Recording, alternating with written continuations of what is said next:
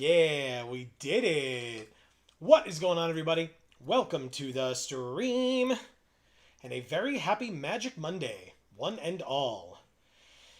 I don't believe Edge of Eternities is live, but they sure did ask me to download a lot of crap in advance of it being live tomorrow. And I guess if I'm wrong, then we'll play some Edge of Eternities, and then our thumbnail and title will be a lie. But this will still be cool, though, if we get to play Edge of Eternities. No, not yet. Okay. But that's fine. Sounds right. Totally fine.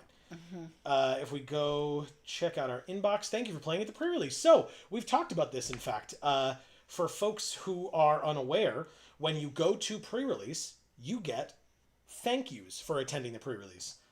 Specifically, we hope you had fun at the pre-release and will join us again. We're excited for you to continue the fun here on MTG Arena in the meantime. Here are some packs to kick off even more great games. And then Unclaimed Items will be automatically granted upon message expiration. But if we click Claim, we get 6 packs of Edge of Eternities that are available starting tomorrow. Plus, get ready for Edge of Eternities.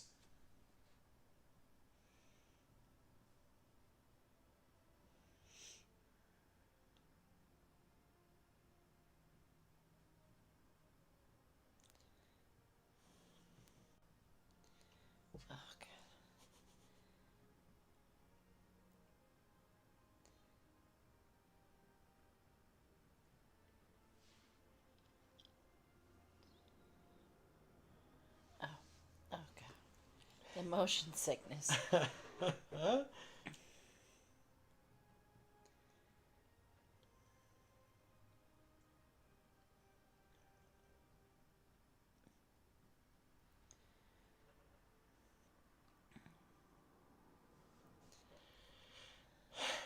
Okay.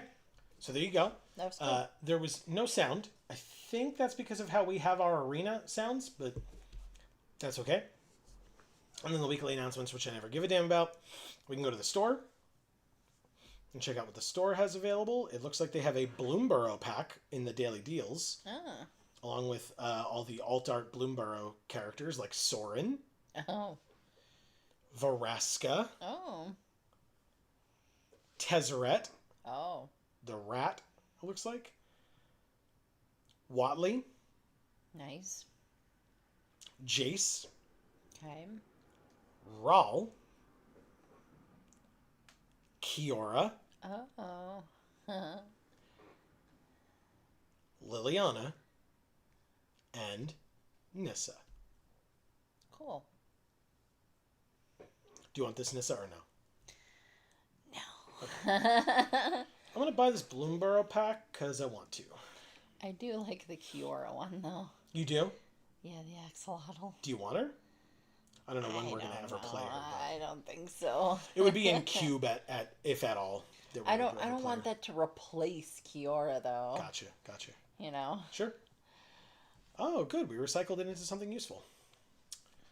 All right, I'm going to figure out what achievement we got. We got an achievement in green. Fighting and biting. Have a creature you control deal non-combat damage to a creature you don't control 80 times over any number of games. We did that. We've claimed it. And it's Bear Punch. AKA Savage Punch is the art for this one. Yeah. Anyway, for those of you that may be So new... savage. Yeah, very savage. For those of you that may be new, whether you're watching live or on the VOD, what's going on, everybody? This is Joe. And Amy. We are Geek for All, and we are here today to do a couple of things.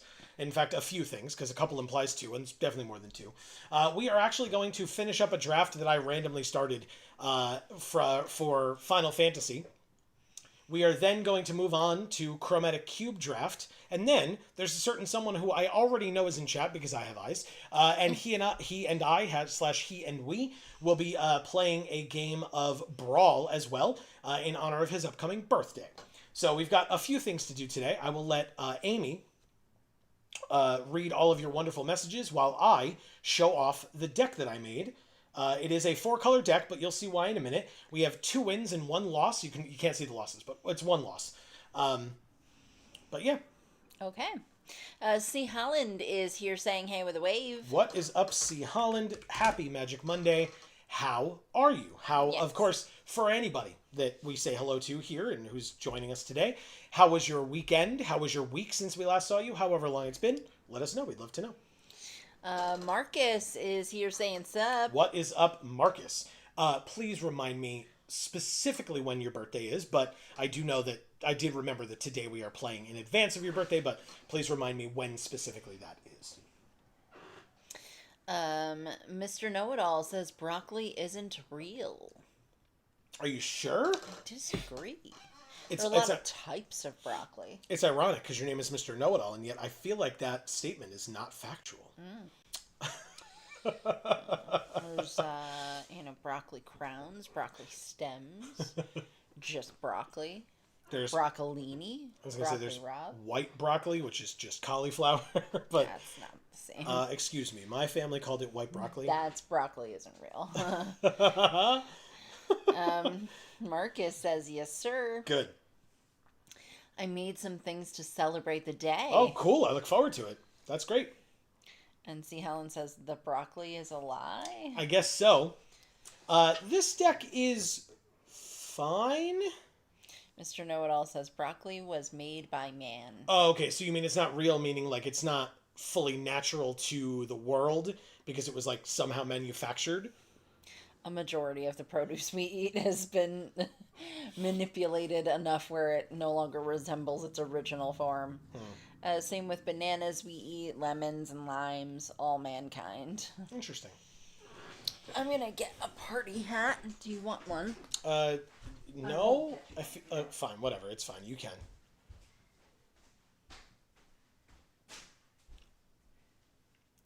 I will let her read your message. She'll be back in just a moment, I promise. But hi. She's getting a hat. By the way, take a look at this deck. It's birds and like a lot of landfall. Like a lot of landfall. Thank you. With how sweaty I was before, I'm going to destroy this hat. Also, I tried to put it on where it was going to be a mask. I tried to put it on like this. God. You're a doctor. Yeah, I mean, I am, yes, but not that kind of doctor. Oh, the beard. Okay. There Jaya is here saying, Merry Magic Monday, Magical Maniacs. Yes, get the party hat, Joe. you go. What's up, Jana? Happy Magic Monday. You changed How your are you? name. Yeah. And your picture. If you'd prefer for us to call you by your username, we are more than happy to do that. Just let us know. But otherwise, if Jana is still cool, let us know that too. Please. But yeah, so here is our landfall / birds deck. Because we've got 2 side quest Rays of Chocobo, 2 Geisel Greens Traveling Chocobo, Choco Seeker of Paradise, Summon Fat Chocobo, and Call the Mountain Chocobo, as all things that make birds. And then we've got landfall cards like Gladiolus Amicitia, Tifa, and Ride the Shoe Puff, along with stuff that gets lands like World Map ×2 and Reach the Horizon ×3, and technically Call the Mountain Chocobo also gets lands. So this is a weird deck. I will not lie on that. We have 1 plains, 1 island, and then 1 other white source in Windurst and 1 other blue source in Guadasalam. So it's cool. The game where we lost, we were not able to get the colors that we needed. We had Choco sitting in our hand and we lost. But it's fine. Totally fine. What Arena does like to do, and I hesitate to remind it, but what Arena likes to do is like give us one of our main 2 colors and then one of our splash colors. And so not our second main color. Right. Jana says Jana is still fine with 3 heart hands. You got it. Glad I asked. Yeah. Well, I would have asked if you hadn't. Fair. It is. You are much more on top of that than I am. I just had a moment where I actually was able to pay attention for that purpose. So we're playing against No Cheese, the Mind Sculptor, who's a diamond player. Maybe he has a lactose intolerance. I just assume they mean like no cheating or no doing anything that's like outside of the rules. Oh, I see. Don't cheese it. But we're gonna world map, and then I think we're just gonna world map next turn too. Would it put us in our hand? In that case, don't smile really big either. Good call. Because they can definitely see that. Yeah, they? Yeah. Who's they? The opponent? No Cheese, the Mind Sculptor. Gotcha. God. Well, they're the Mind Sculptor. Of course they can see it. Oh, that's true. They can read our minds. Yeah.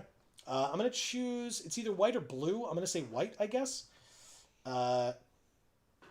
End the turn, and then I guess I'll world map at the end of the turn for the blue, and then we'll have all the colors that we need. Should Ride the Shoe Puff. I've heard of that card. AKA, I have it in my deck. Let's go get a island. Marcus, what did you make? Tell us. Okay, we've got the Traveling Chocobo. We can look at the top card of our library, and at any time we have nice.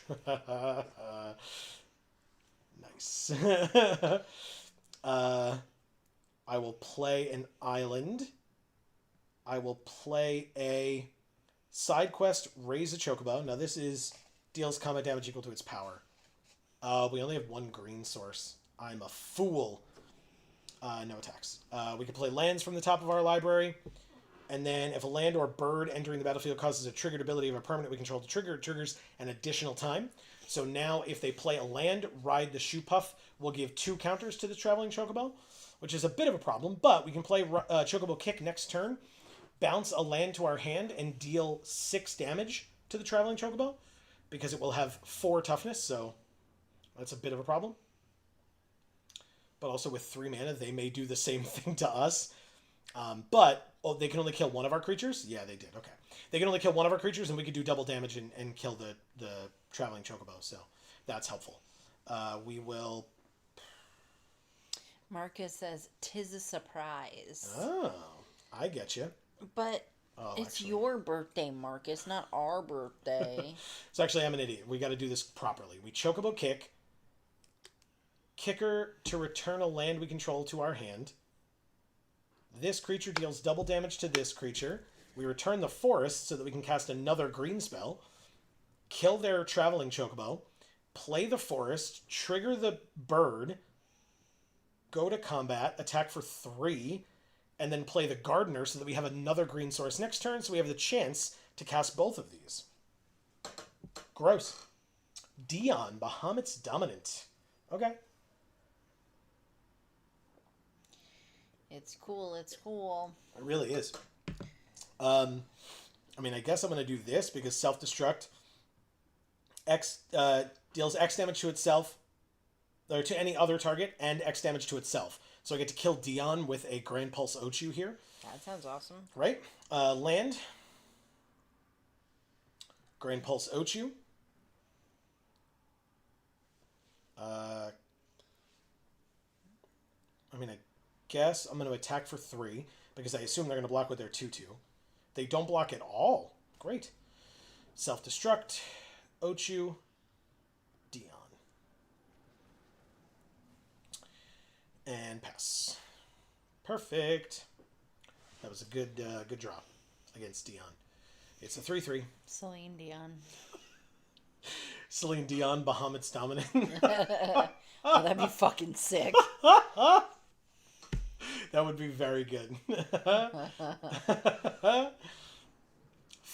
God, this person's deck.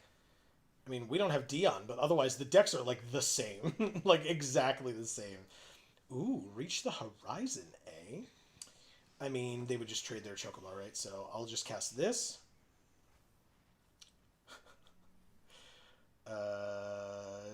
No attacks. I would absolutely trade my 4/4 for their 4/4 here.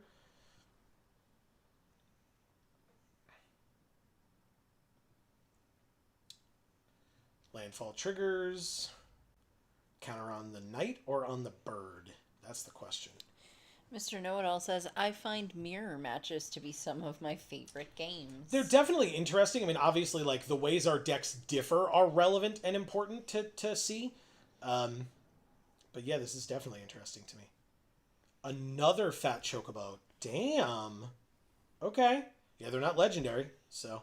I feel like they should be, because they're summons. You can have 2 summons out at the same time. But anyway... I guess I'm just going to play Gladiolus Amicitia, and then next... Oh, he goes and gets a land.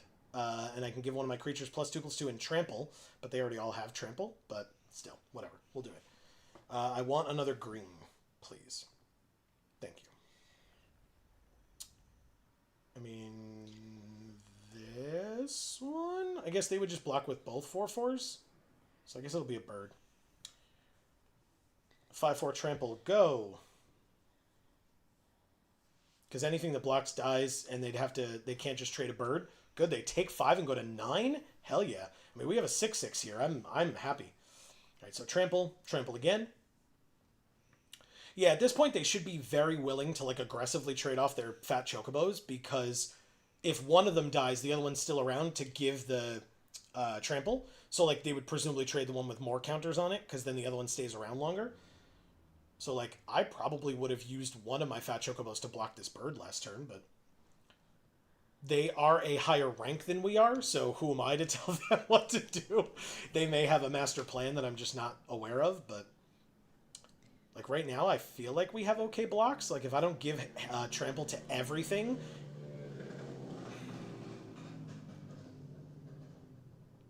Sorry, before I was so rudely interrupted.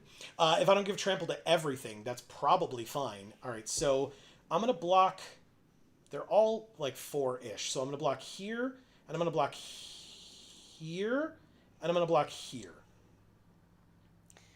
Mr. Know-It-All says, I had a Yuna enchantment reanimate mirror match that was absolutely crazy. I was super close multiple times to being done, but I seemed to always have an answer available. Good deck building, IG. I guess. Okay. Yeah, I guess so. Awesome. And that's great.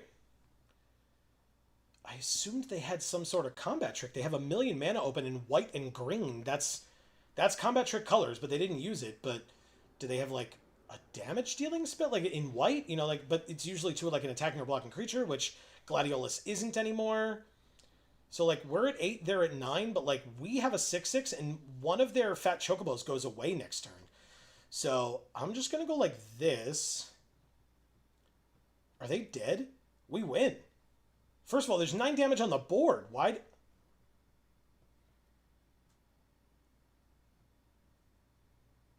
Right? 6, 7, 8, 9? Combat? They have something. I'm going to attack for 9. Oh. Onboard tricks. I don't remember what Ride the Shoe Puff does. I don't care that I have it. I'll play the Gardener. And I guess I'll end my turn. Alright, well, this, yeah, this, one of them dies. But now it's a 7/7 trample, so we're dead. Okay, great. Well, that's on me. They, in fact, have Exaxes on the board right now. 11 minus 3 is still 8. They didn't need that.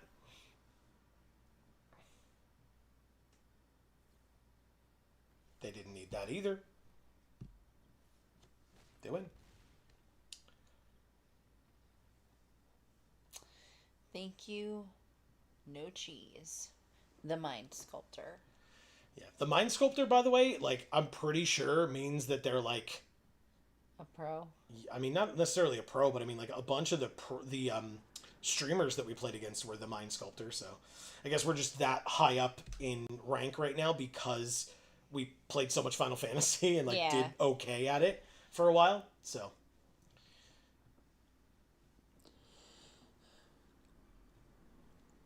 Let's try again. We're playing against Vakta, the Brilliant, which I believe is supposed to be a play on vodka, and they just flip the 2 letters. Yeah.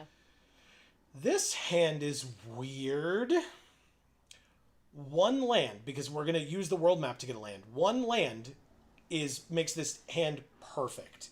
Absolutely perfect. Any land off the top. Because then we can reach the horizon and get anything that we need. There it is. We did it. Oh, look at this tiger. Yeah, it's cool. Yeah, very. So, C. Helen says, played Gundam on Saturday. Sorry about that. Keyboard got stuck. Just a bunch of dots. Oh. And so I'm going to discard one of my self-destructs because otherwise I need the rest of the stuff. I'm going to world map for a white or a blue. The white. That's what I'm looking at. So there we go. Drew the white. Drew another Reach the Horizon. That's a fun one. Take 1 damage here, I guess. I'm not too worried about it. And if we have to discard again, I'll just discard one of the Reach the Horizons. Yeah, we played Edge of Eternity's Two-Head Giant. We did. That's right. Fun. I forgot that we were going to tell that story. Yeah, we played in. I played in 3 pre-releases: the Two-Headed Giant and 2 regulars, and Amy joined me in the Two-Headed Giant. Yeah, I had a good time. I wasn't expecting to, but I actually did. Yeah. That's because your deck was insane, because you opened super well, as well. I did open very well. I opened 2 Nova Hellkites. In the same kit, by the way, because for Two-Headed Giant, for folks that are unaware, you can combine your pools, but both Nova Hellkites were in the same kit. For folks that are unaware, 3 red for a 4/5 flying haste dragon that when it enters, it deals 1 damage to a creature that an opponent controls. Incredible. Yeah. So you played, did you say what color you played? It was mono red. And the deck was mostly the red Manadork card. We had a play set of those. Yeah, the 1/3 tap to add a red. And then the hasters, the 2/3s. Is that what they were? They were 2/3s that could tap to give +1/+1 and haste until end of turn. Yeah, we had a play set of those as well. That's really rough. Okay. Thank you, Vakta, the Brilliant. Why do you think we're dead? We're at 11. Shit, I'm sorry. What are you doing? Wow, way to like... I thought it was going to 0.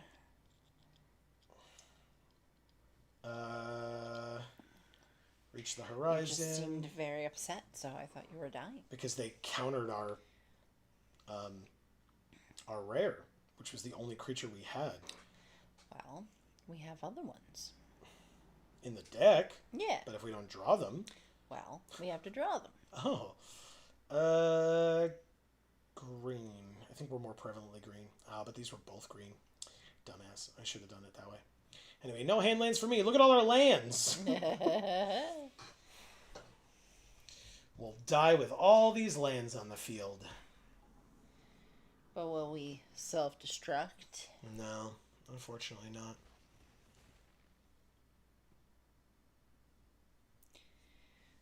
Inquiring Mindscrew is here saying, howdy, everyone. What is up, Inquiring Mindscrew? Happy Magic Monday.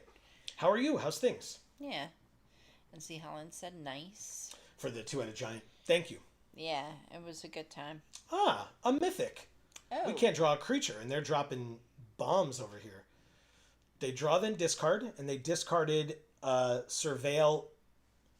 a flashback card, I should say. I guess I'll hold the hand land, and... Are we dead? Yeah, we're dead. Cool. Alright, moving on to Cube.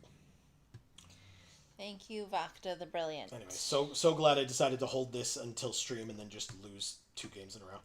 Alright, moving on.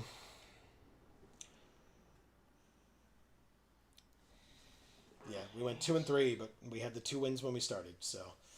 Okay, going to Cube. Going to Cube. Okay. I guess I'll do the 600 gems. Who cares? Right? Yeah, whatever, that's fine. The number of gems that we have still equates to 2 sealeds because Edge of Eternities comes out on Arena tomorrow, to my knowledge. And so next Monday will be the first time outside of the streamer event that we will be playing Edge of Eternities here on stream. Okay. So for Cube, Saint Elenda is 1,000,000 mana. Case of the Lost Witness gives us Fibblethip the Lost. Then if we have Fibblethip the Lost, we get 4 of them in the library. If we control Fibblethip the Lost, we can look at the top card of our library at any time. We can play lands and cast spells from the top of our library. It's interesting. We've got Overlord of the Hauntwoods, though. Dude, that's a lot of limbs. We've got Nico, Light of Hope. Make 2 shards. Exile a legendary creature we control. Shards we control become copies of it until the next end step. Return to the battlefield under its owner's control at the beginning of the next end step. Angrath the Flame Chained. Elspeth Conquers Death, which is an incredible card. Yeah. The Eternal Wanderer. Birds of Paradise, Enduring Vitality, Champion of Wits. So I think because Overlord of the Hauntwoods is the only mythic that we have in green, but like these 2 share a color here. This, I guess, is unique as well in Angrath. But yeah, I think I'm going to try the Overlord. We took an Overlord last time as our pack 1, pick 1. Oh, yeah? We took the white one, which is better than this one in my opinion. But it does make a land, so that taps for any color. So it's pretty good. All right, we just passed a bunch of white and blue. So we could maybe take Nashi. Nashi Ninjutsu. 3 mana, 3/2. Or Ninjutsu for 3. Whenever Nashi deals combat damage to a player, exile the top card of each player's library. Until end of turn, you may play one of those cards. If you cast a spell this way, pay life equal to its mana value rather than paying its mana cost. Now, I do like Gonti a lot during Cube, and this is sort of that. Not exactly. With Gonti, you get to pick one out of their top 4. This one, you just still get to steal one every time this hits them. So that's pretty good. I think I'll take that, because again, this is a great card, and I actually really like it a lot. It's but we just passed 2 or 3 white mythics, so I'd rather not try to then take a white mythic to then get cut in pack 2. And I think Nashi is still a great card. So Inquiring Mindscrew says, unfortunately I wasn't able to play the pre-release this weekend. A funeral on Friday, my son's birthday was Saturday, and my mom was in the hospital on Sunday. My headspace wasn't magic focused. Sad face. Totally fair. Yeah. And see, it was Inquiring Mindscrew then, right? You mentioned this funeral to us last week, if I recall. Okay. And I was mentioning to Amy earlier today that I wanted to ask how that went, if you're willing to talk about it. because you mentioned it was a spouse of a friend, if I recall. Playing additional land on each of your turns, look at the top 6. You may reveal a creature with mana value less than or equal to the number of lands you control. There's Kogla, whom I love. I really do love Kogla a lot, but it's a little expensive.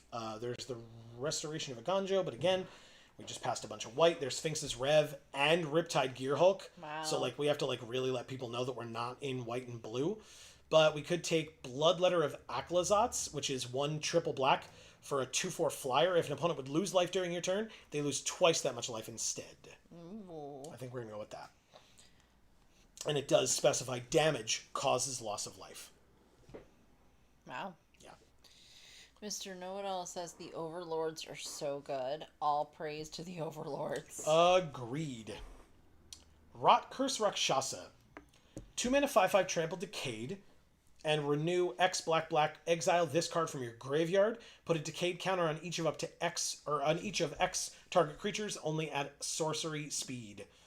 Decayed, as a reminder, when you attack with this creature, first of all, it can never block. And second of all, if you attack with it, you sack it at the end of combat. So you can still do damage with it, and it has trample, but you then sacrifice it at the end of combat, but then it's in your graveyard to use the renew ability, and then you can put those decayed counters on your opponent's creatures, so that if and when they attack with those, they go away, and they can't block, which may be relevant. So, I think we'll take that one. That's pretty cool. You don't want these cursed TVs? I'd actually really like this card, if I remember correctly. Whenever you cast an instant or sorcery, time counter on this artifact, if there are 7 or more time counters on it, remove those, and it deals 20 damage to you. It's the ring. Yeah, I guess. So you watched the video, so in 7 days, it's going to do damage to you. Good point. You're absolutely right. I'm so sorry. Ob Nixilis Reignited. Yes, please. 5 mana, 5 loyalty planeswalker, +1, draw a card and lose life.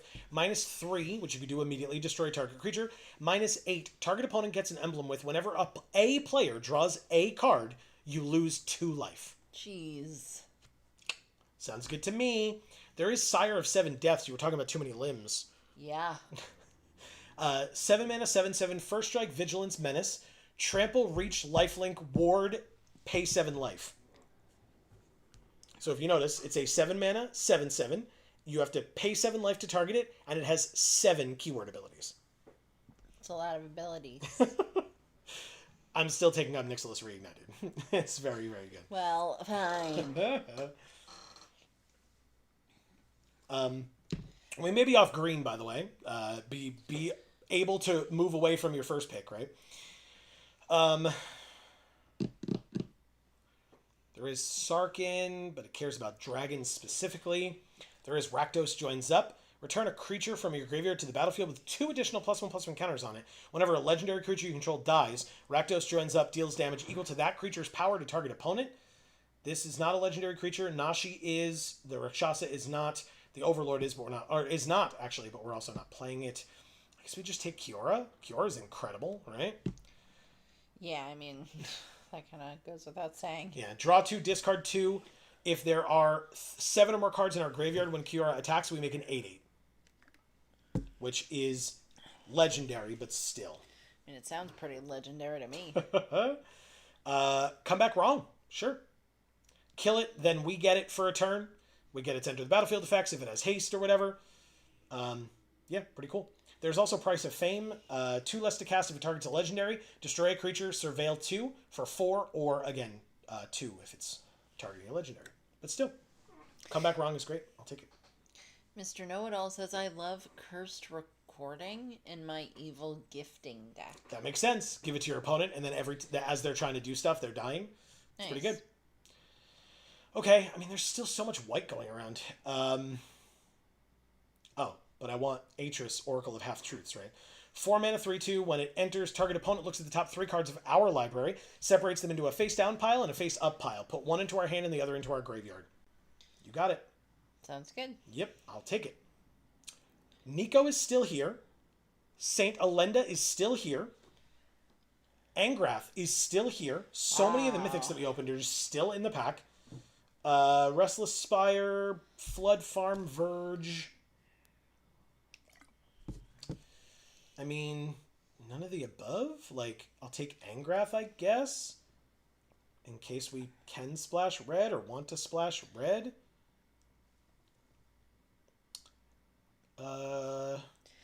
Inquiring Mind Screw says, "Thank you for asking. The service was small, but was nice. My friends and I were able to help out with the funeral by being pallbearers and had deep dish pizza afterwards." Hell yeah. Oh, Hell yeah. Hell yeah to both. I yeah, mean, the deep that's dish cool. pizza with friends is great, especially after like that shared traumatic experience. But Yeah. also, being pallbearers is I don't know how you feel about it, right? I don't mean to put anything on you. When I got the opportunity to be a pallbearer for a friend, it meant a lot to me. So I imagine it did for you, but again, please don't allow me to put words in your mouth or feelings into your head. So I guess I'll take Saheeli because again, if we splash red, she's there as a possibility. Devil's Play, I guess, for the same reason. There was Nahiri there. I'm sorry, Amy, but we did. Oh, It's okay. Rakdos joins up. Yeah, we talked about it. I'll take it. An exercise. You got it. Exercise. All right. Did you like my exercise? That was my exercise. Yes, I did like that. You, Because you shouldn't have. it's hilarious that you think that that's exercising. I don't. Bloodthirsty Conqueror. 5 mana, 5/5 flying death touch. Whenever an opponent loses life, you gain that much life. And don't forget, if we have the Bloodletter, when they lose life, they lose twice that much life, and we would gain twice that much life. Whoa. That's a 4-drop into a 5-drop, and then you could attack them for 2. They'd take 4 and you'd gain 4, or lose 4 and you'd gain 4. That's incredible. Okay. I mean, again, as Marcus reminded us last time, I'm not going to forget, we might want to lower our curve. Let me know. It's just hair goals for me, the last card. Oh, this one? Yeah. It's gorgeous. Yeah. Right? Vampire Knight. Pretty cool. Hangerback Walker's not bad. There's Soul Servitude. Target player sacks a non-token creature of their choice. When they do, you may discard a card. If you do, conjure a duplicate of the sacked creature into your hand. It perpetually gains mana of any type can be spent to cast the spell. Sure. Cool. Yeah. I'll take it. Because it's got to be a non-token, right? So that's pretty good. Those green cards were pretty crazy, but... Oh, 2 mana, Sanguine Soothsayer, but there's also Skyclave Relic for 3? Oh, Amy, there's hard evidence. It's a crab detective. What do you do? That's the theme song for his show.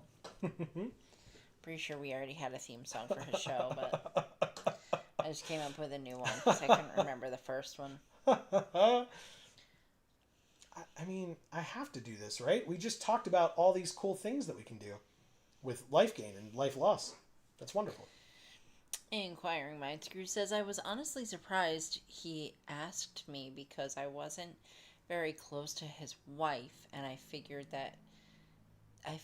they had enough people already to do it. I usually think something like that is meant for family, you know?" Yeah. Okay. But I mean, if your friend was the one, I guess, if your friend was the one doing most of the planning and stuff, then they might have wanted to look to someone that they knew they could trust to take on that responsibility. Or, and not to be offensive to you or them, it also may be that they were like asked to make a decision and they were like, inquiring my screw, like pick that person. Like, right. I've thankfully have not had to go through that experience of trying to plan something like that and trying to figure out what goes into it with like all these questions being asked. But yeah, I can only imagine. Do I want to take one of these lands? Am I splashing red? Like I talked about possibly doing it, but I don't know that I really need to. But maybe I should. Sorry, guys, about the eyes today. Oh no. I'm closing my eyes a lot. So oh no. Just be aware of the fact that like I'm still here. Maze Mine Tome or Caustic Bronco? That thing is crazy looking. Yeah. Fear of missing out. Discard, then draw. Whenever it attacks 4 or more card types. I think I'm going to take the Tome. Help us out. Early game. Finale of Eternity. Destroy up to 3. Target creature with toughness X or less. If X is 10 or more, return all creatures from your graveyard to the battlefield. There's also Bloodchief's Thirst. I'll probably take that over Extravagant Replication. Yeah, that's fine. I'll do that.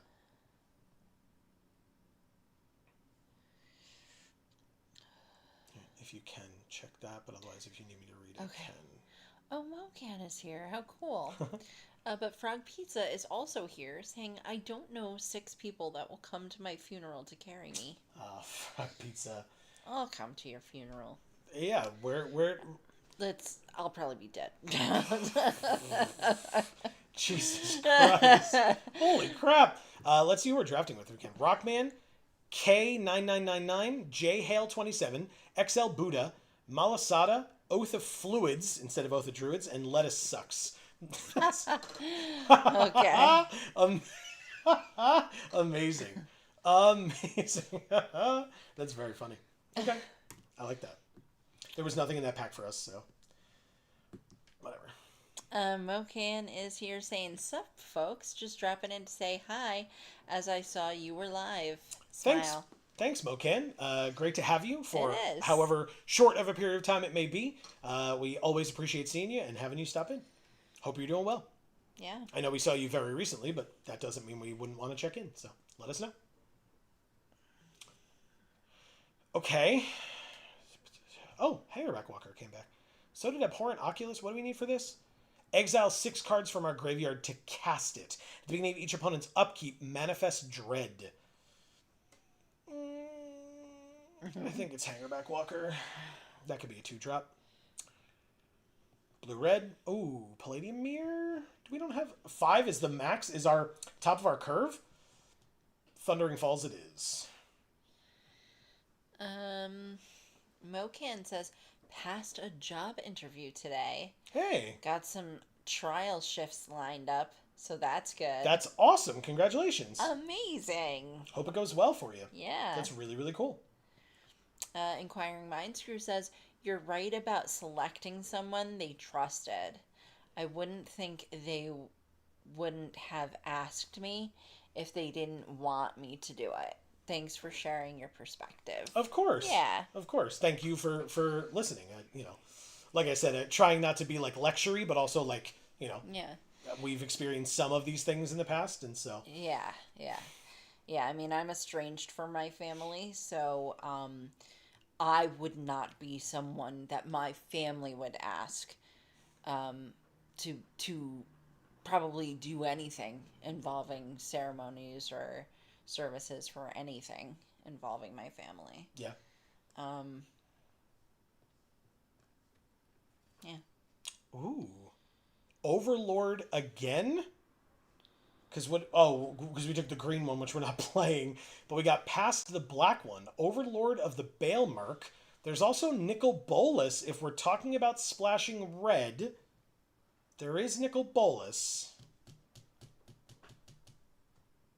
There's Hostage Taker as well. Oh boy. Okay, what does this thing do? Mill 4, return a non-avatar creature or planeswalker from our graveyard to our hand. Oh, this is like the worst one, right? Doesn't seem that good.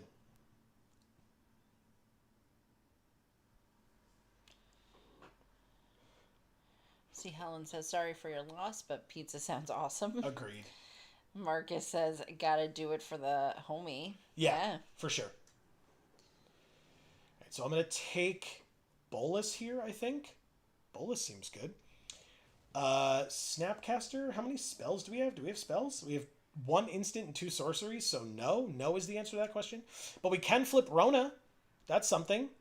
When we cast a legendary spell on tap her, we can tap her to draw, then discard, and we can transform her for 6 or 5 and 2 life.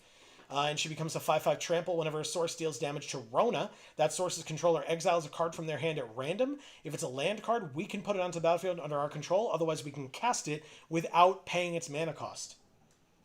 Incredible, Rona is. Oh, I love how cute this little tender wild guide is.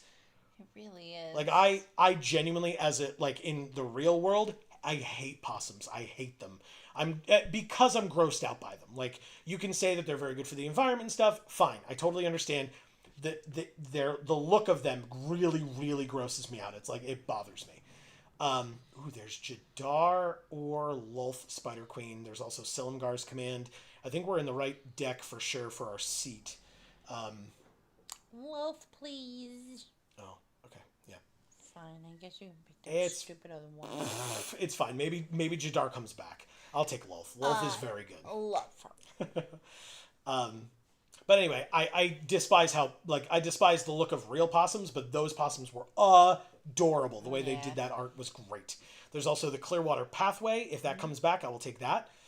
If Jadar's not, if Jadar's not in the pack, but I'll take Lolth happily.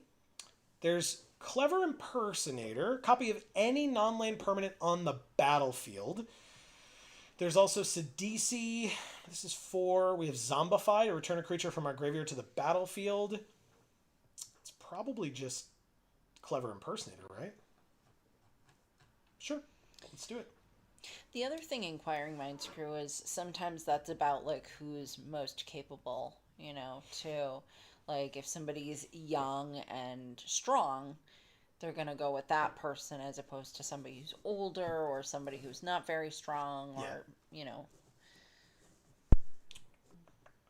All right, so Davriel, I guess, right? Infamous Cruel Claw, isn't it? 3/3 menace for 3. Whenever it deals combat damage to a player, exile cards from the top of your library until you exile a non-land. You may cast that card by discarding a card rather than paying its mana cost. But there's Davriel. Until your next turn, whenever an opponent attacks you and or planeswalkers you control, they discard a card. If they can't, they sack an attacking creature. Or we could accept one of Davriel's offers, then accept one of his conditions for -2/-2. Or target creature an opponent controls perpetually gets -3/-3. Okay. Look at... Yeah, like, I don't really want to talk about this, but say something happened to Joe, and then I had to figure out who was going to be a pallbearer. I probably wouldn't really ask people from his family, because a lot of them are older at this point. Fair. So I'd ask either younger people from his family, who are maybe a little further removed, or I'd ask his friends, who are young and strong, who would be able to carry the casket. So. Yeah. I mean, I guess Soren, right? Why not? Erica's not here yet, but when she gets here, I'm sure she'll be very pleased to see that we picked Soren. Yeah. Ah, Hostage Taker came back. Cool. Love it. There's a lot of, like, steal your opponent's stuff that we're doing. Take no hostages, Joe. Do we have more spells now? 1 instant, 2 sorceries. We do not. I'm taking none of these, I guess. I must have gotten bitten a lot because I'm itching. I was afraid I was getting bit. Jadar came back. Hell yeah. Yeah, I was afraid I was getting bitten while we were out there too. But I think we survived. We went and got ice cream. So we were outside in the heat eating ice cream and it was amazing. But now I have mosquito bites. Ooh, a second Nashi. Oh, awesome. Erica will be very pleased. Quite. Both Nashis. Hell yeah. Yeah. Searcher in the Dark, 2/2 menace for 2. Whenever Nashi deals combat damage to a player, you mill that many cards. You may put any number of legendary and or enchantment cards from among them into your hand. If you put none into your hand this way, put a counter on Nashi. Cool. It's very cool. We were definitely in the right deck, right? We moved away from green very quickly. We splashed into red very easily. And because we have Nicol Bolas, we really should just stick with the red. Zayator's Proving Ground is fine, but we actually have Xander's Lounge, which is red, white, or red, blue, black, which is exactly the 3 colors we have. And I think with 1, 2, 3, 4 red sources for literally 1 red pip in the deck, I think we'll be okay. Yeah. I would say so. So I don't think we need Zayator's Proving Ground, which would basically be a dual land that enters tapped, which is, by the way, fine, because we have a number of them anyway, right? Like Thundering Falls is literally that. We need it, though. What? I don't think we need it. No, that's exactly my point. Yeah, for sure. And in fact, we only need like 5 or 6 cuts, which is very good. We really drafted to our seat, I feel like, here, which is quite nice.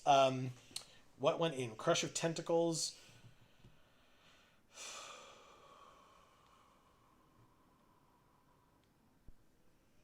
Look at the size of that octopus. I know. Actively insane. Look at how big it is. Yeah. Beautiful. Yeah, wonderful. I think I'm going to cut that card, to be honest with you, though. I think I might... Dude is packing. Holy shit. Must that be on a magic card? That's a lot. He's a giant. All of it has to be bigger. I guess so. Dude is back.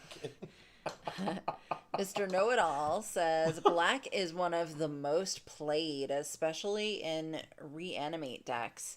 I think red and blue are the two least played. Fair enough. I mean, we got hooked up in black though. Like we were, our seat must have been like getting hooked up in black. Right. I mean, like I said, I passed so much white to my left that like there was no way, even like 4 or 5 picks in when there were good white cards coming, like the people to my right were passing that to me, but it meant the people to my left, if they know what they're doing, ended up in white. And that's good for me because it means in pack 2, they're taking all the white cards and I'm getting hooked up with all the black and then, you know, incidentally blue and red stuff. But, yeah. Inquiring Mind Screw says the pizza went hard. It was Chicago deep dish, and the last time I had it was in 2007. Wow. Oh my gosh. Very cool. A long time ago. Yeah. I don't think I've ever had Chicago deep dish pizza, though. No, I was in Chicago once, but I was like 8. In fact, we were seeing my godfather get ordained as a priest at the time. So I was with my parents, but I was very young, so I didn't even know the prestige of Chicago deep dish, and us as like New Yorkers. Like I'm sure it would have been interesting to try it or whatever, but we did not. But that's totally, like I said, I remember being there. Like I know I was there for that purpose, but otherwise I don't remember much about the experience because I was very young. So. C. Holland says you should have a theme song that has different lyrics to All Star by Smash Mouth. Who should? For what? Also, if anybody has any tips on what I should cut from this deck, I know, like, I'm the expert cube player around here, and I would be, like, giving you all a gift by allowing you to, like, pick what things I should get rid of. Wow. I know, but also, like, you know, it's a stream, so, like, I want the interaction. That's, like, the only reason why. Jesus Christ. The shit level is getting so high in here. I'm going to have to roll up my pants. Sorry, not sorry.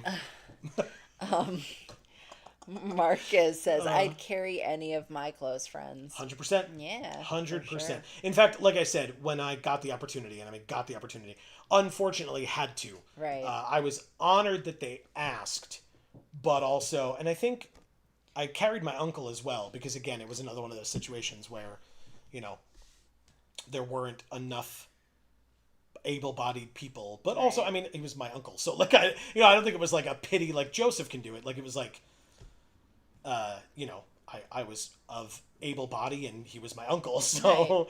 Right. Mr. Know-It-All says, how do you split the deck like that in screen? In that screen. So yeah, I was so like, what? So I'll show you, because like right here you have to be in this mode, I believe. Maybe you don't. Yeah, I think you have to be in this mode. But if you change the deck layout up here with this button, right, from this way to this way. So horizontal to vertical. Thank you. You can click the arrow to open it up, and then up here in the search, you type T for type, like what type of a card, colon, CR for creatures. You could also type it out, creatures, hit enter, and it will separate the creatures from the non-creatures. So the creatures are now up top, and the bottom is the non-creatures, including all the lands.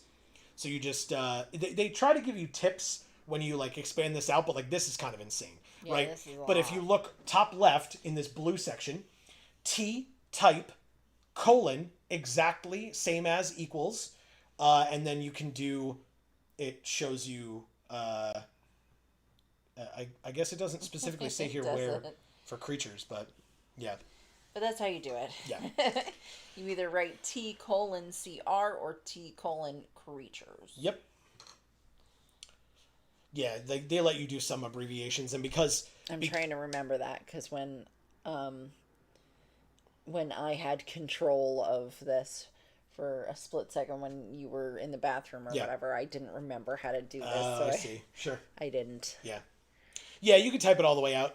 I forget who told this to me. It might have been like Elfo or Mocan or something like that. Like, told me a while ago. like, oh, hey, separate your creatures and non-creatures. I literally just do it every time now. So shout outs to whoever that was. And if I'm misattributing it and you're here, please feel free to say that it was you. I would be more than happy to attribute it to you. I just don't exactly remember who originally told me, because it was genuinely at this point like maybe 4 years ago, like 3 years ago or something. So it's been a while, but. And guys, wish Marcus a happy birthday. Yeah. His birthday's coming up. That's why we got our party hats on. That's right. My hat is like weirdly cockeyed, but yeah, it works, right? Yeah. So yeah, I still need to know who to cut here. I guess I should get rid of you. Yeah, we don't have Magecraft. What am I doing? See, Holland says happy birthday with a celebrating face. Mocan says, I know I told you you could do it with creatures and equips in Final Fantasy. Don't think I was the one who told you originally, though. I do remember you telling me that, and yes, that's definitely not what I mean by originally, so yes, that's totally fair.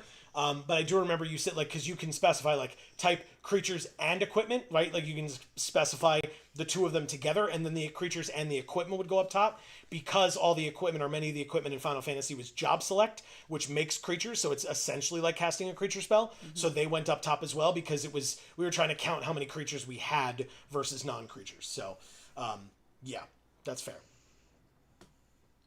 Mocan says, I know... Oh, I read that. Sorry, guys. Mr. Know-It-All says, I've done it by accident without typing that code in.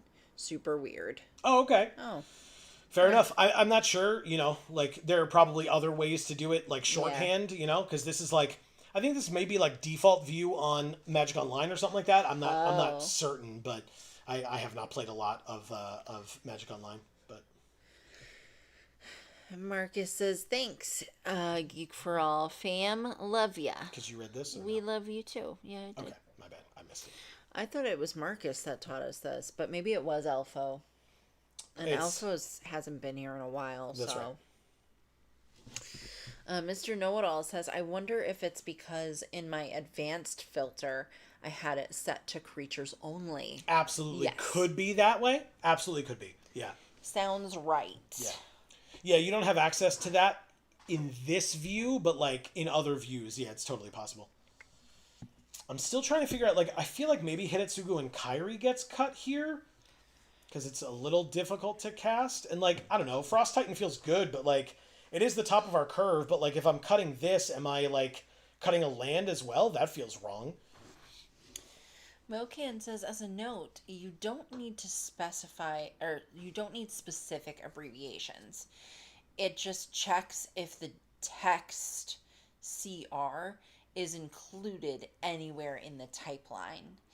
If there was like an artifact type that included CR, it would also count. Interesting. That's cool. I mean, I guess that makes sense, right? Because it's creature type.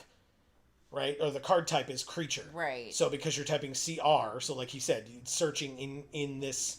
Oh, okay. So if it's an artifact creature, it doesn't show up down here. It shows up there. Well, it's a creature still, so yes.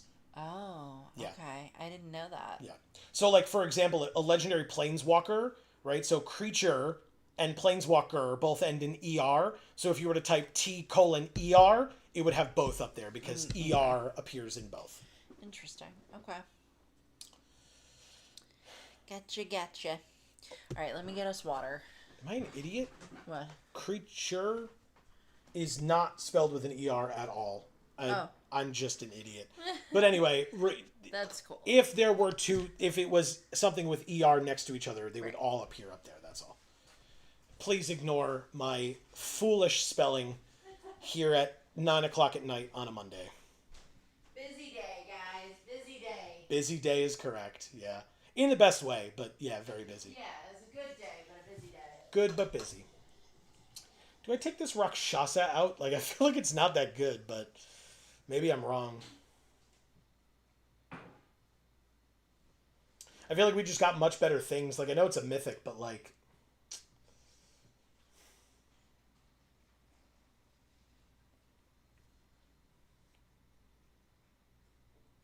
Rakshasa is like a burn spell that turns into semi-removal. Fair point. Yeah, okay. Yeah, I'm just trying to figure out what to get rid of here. Like, I thought maybe Frost Titan, but...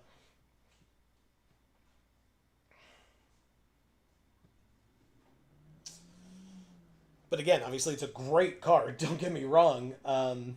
They have to pay 2 more mana to even target it. Spell or an ability. But yeah, I like our little like life gain, life loss thing that we're doing here. I think that's kind of fun. And where's the... Did we keep it? We didn't, right? The card that like... Yeah, I don't think it's still there. I'm surprised they didn't errata Frost Titan to Ward 2. Oh, that's a good point. Yeah, thank you. I guess because there were so many older printings of it, they're just kind of leaving it the way it is.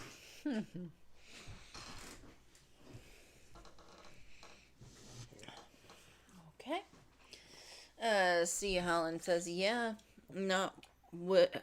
Oh, sorry, you're like up here first. Oh, okay. Mocan says, if there was like an instant / sorcery type, Acrid, TCR would include Acrid spells. Yeah. Good point. I read this, so you can go down here if you want. Marcus says the Pokemon Company decided that they're releasing a shiny locked legend on my birthday if 1 million raids of it are completed between July 22nd and August 3rd. Wow. That's cool. Does it give a counter of how close you are?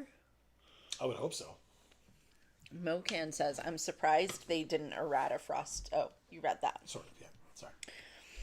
C. Holland says, yeah,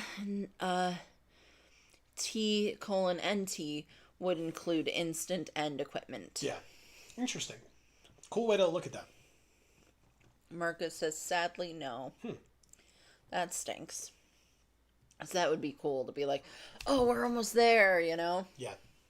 But I guess their reasoning for doing it is, I'm assuming they assume that it'll be done very quickly. And then it would incentivize people to stop playing because they already reached the goal. Yeah. Whereas if you don't know if you've reached the goal, you're going to keep playing to try to reach the goal. Right, yeah, of course. And so you keep having players playing. Yeah. It's cheeky and annoying, but it works, I guess. Mm-hmm. All right, so what happens if we do this? If we cut Frost Titan, what's our percentages? 76 black, 32 blue, 4 red, because it's one card. What if I cut 1 blue? What happens there? We now have 8 blue sources, excuse me, and 7, 8, 9 black sources. This is probably fine, right? Let's try it. Yeah. Chromatic Cube while down a land seems okay. No big deal. We're not playing the Dirty 41. We are playing the Dirty 41. Marcus says, no way, it isn't completed. There are content creators grinding out raids on stream. Each raid counts as 4 completions. Wow, okay. That's cool. That's a lot. Yeah, it is. Hey, Hangerback Walker, chill. Okay. I could do that. This enter's tapped, but like... We want a second black so we can cast the Revenant on curve. That's not it. But it is that. So we go to combat, attack for 1. Their land is tapped. I don't care. Nashi, go ahead. All right, black off the top for Karsi Revenant. And by black, I mean untapped black off the top. What does it say? Mill that many, put any number of legendary and or enchantment cards from among them into our hand. Oh, Maze Mind Tome. Okay. Well, combat first. Swing for 3.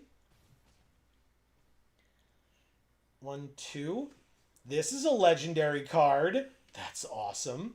Now we only need 2 mana, so we're going to play the Thundering Falls. We're going to surveil the blue into the graveyard. Yes. Into the graveyard. And then we're going to Maze Mind Tome. Beautiful. End the turn.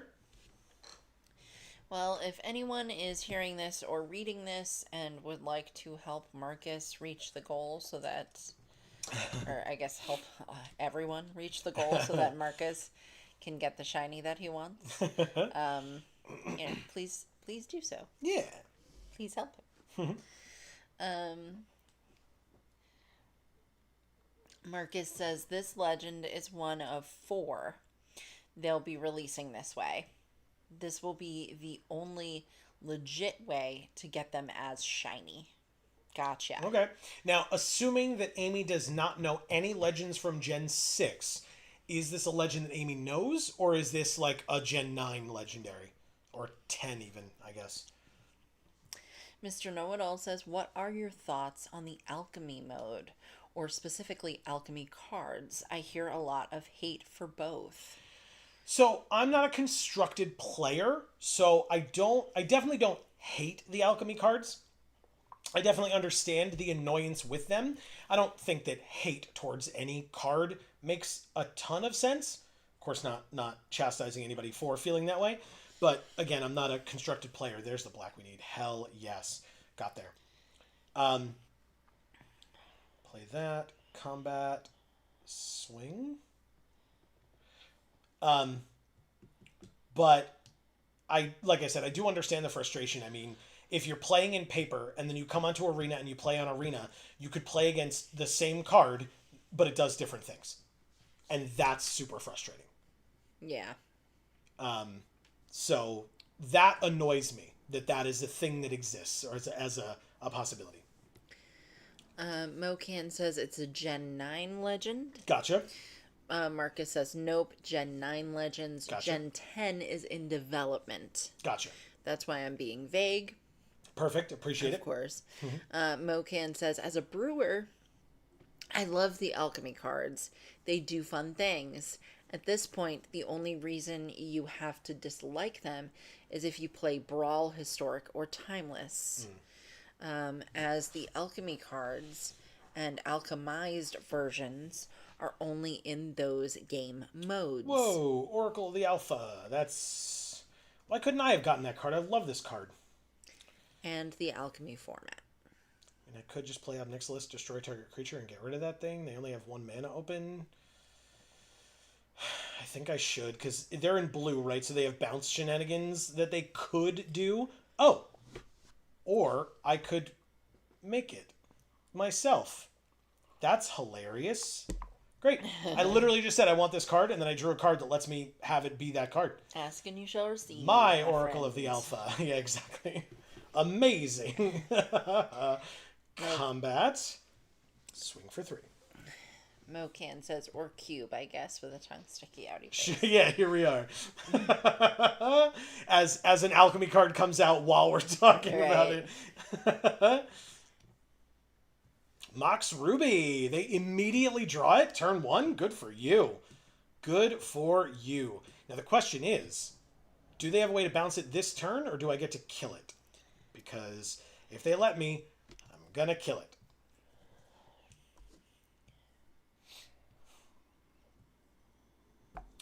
Actually, I think our best draw here would be Hostage Taker. Because then we take the Oracle of the Alpha hostage. This is not legendary. And then we cast their Oracle of the Alpha on our side of the field as well.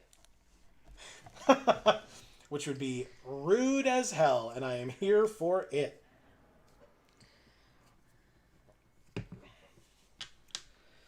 Mocan says, honestly, outside an artifact deck, the Moxen are usually duds with... Oracle.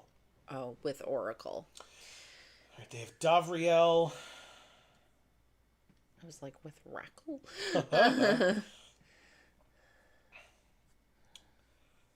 Okay, so they can perpetually give -3/-3, which would kill Karsi Revenant, I suppose.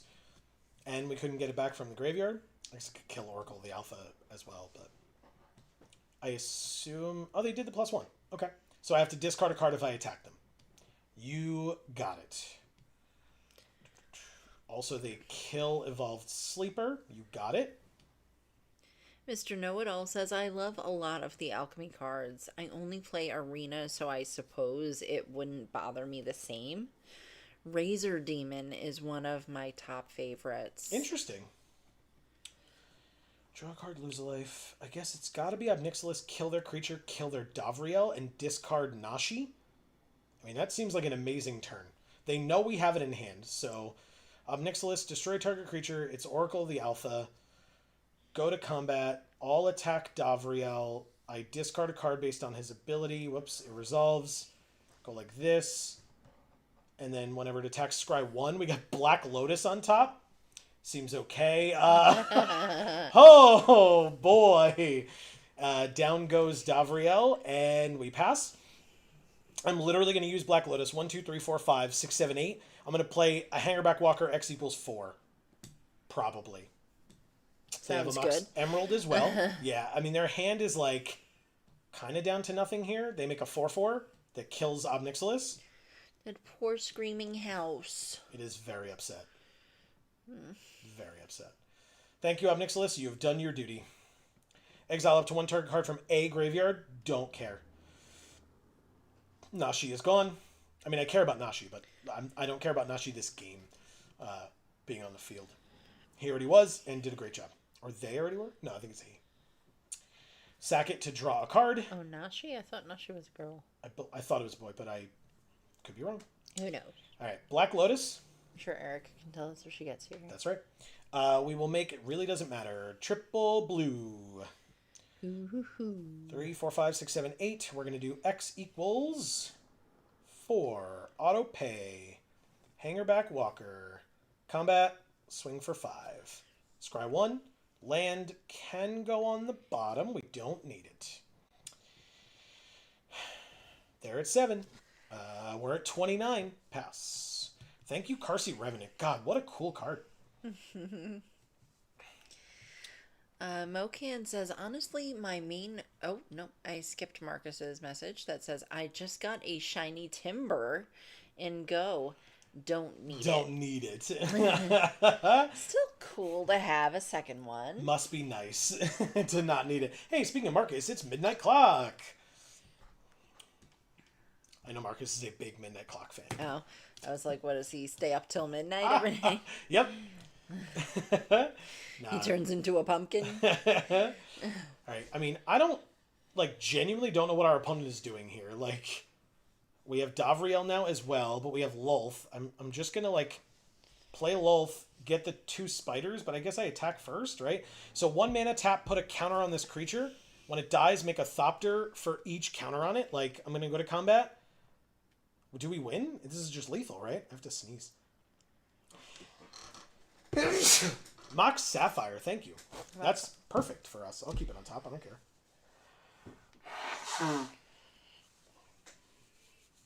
So Mocan says, honestly, my main gripe with alchemy cards is when they make paper legal cards that I can't play in paper. Luckily, my play group generally allows using completely paper compliant alchemy cards. That's cool. That's very cool. Interesting. But yeah, I guess it's sort of the opposite of what I was saying, where somebody could play in paper, then come to Arena, and the card is different on Arena. You know what I mean? So it's the idea of when I play Cube, I'm I don't know what these constructed cards do. I don't play constructed, but somebody who's played in a constructed format, played when Loth was standard legal, right? Thank you, Ybot the Brilliant. I also imagine it could just be Toby backwards, their name is Toby, but Toby was taken. Yeah, sure. But anyway, I imagine if somebody, if Lulth was changed for alchemy, that Lulth, that somebody who played with Lulth when it was standard legal, and then comes and plays it on Arena and it's different, you're just gonna be oh, I know what this card does and move on, but you don't know what it does because it does something different. So that's what I imagine some people might be frustrated by, but I could be wrong. Okay.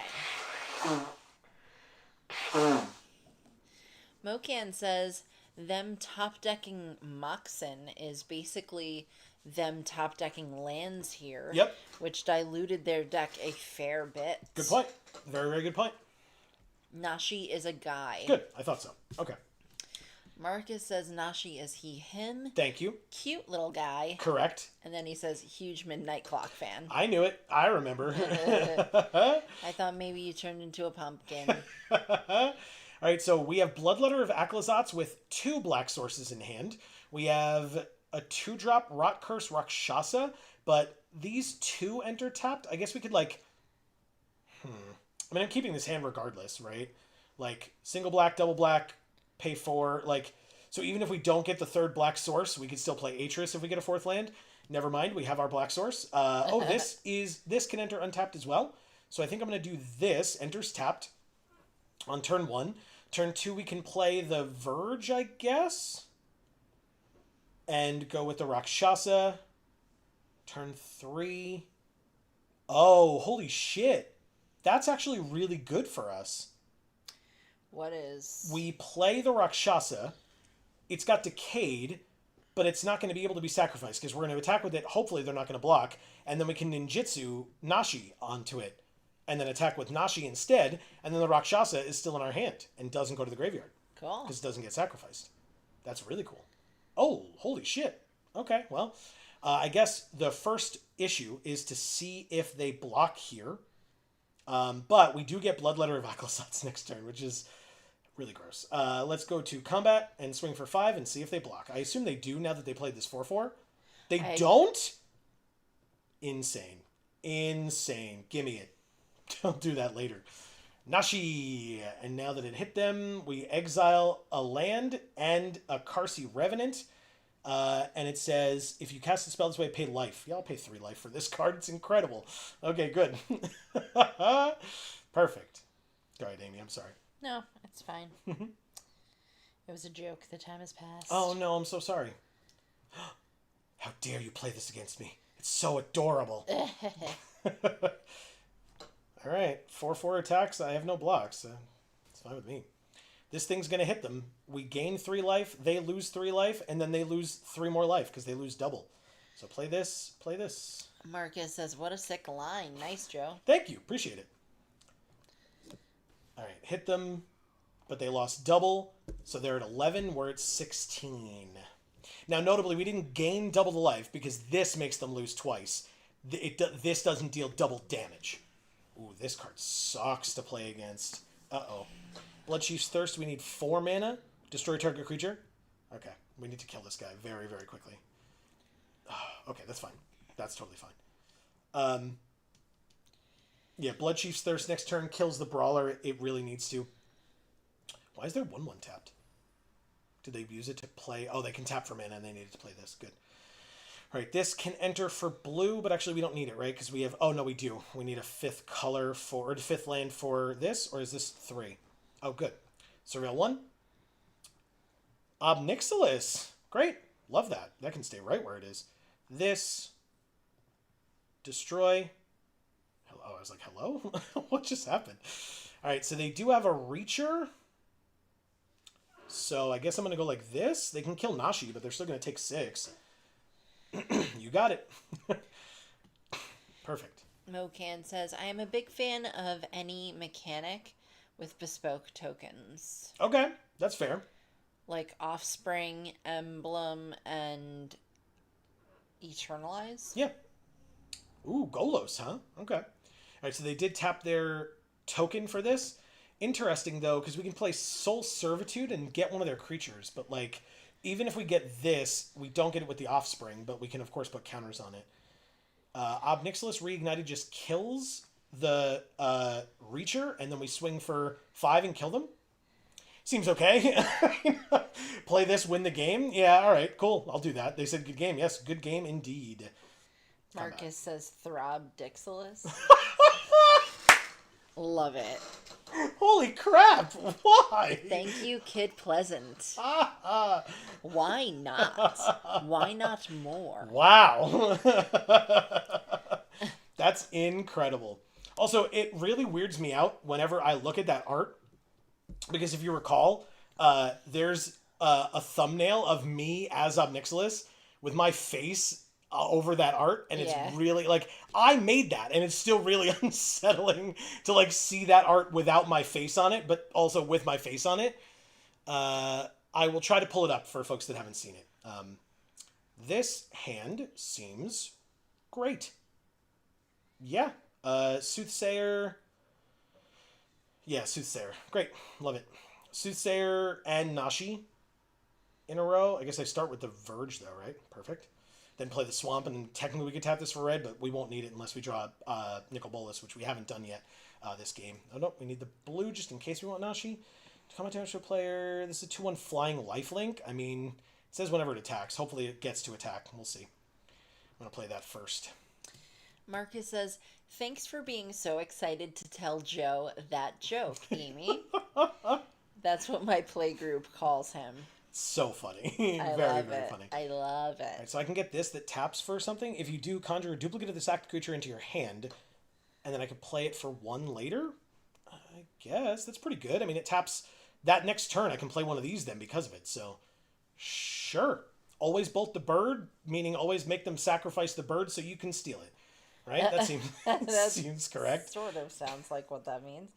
Discard a card. Oh, I have to discard to do that? That's fine. I forgot, but no big deal. Sure, we'll do that.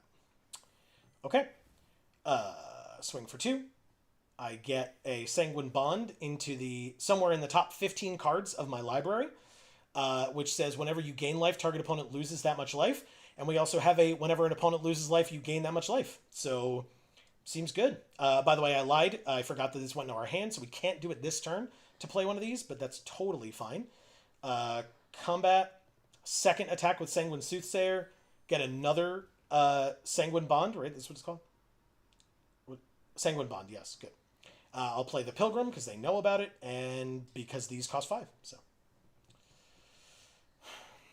He says, we have silly play on words names for characters in many fandoms. It's very good. You've heard McAnus the Poonarch before. Yes, that's correct. Micaeus the Lunarch.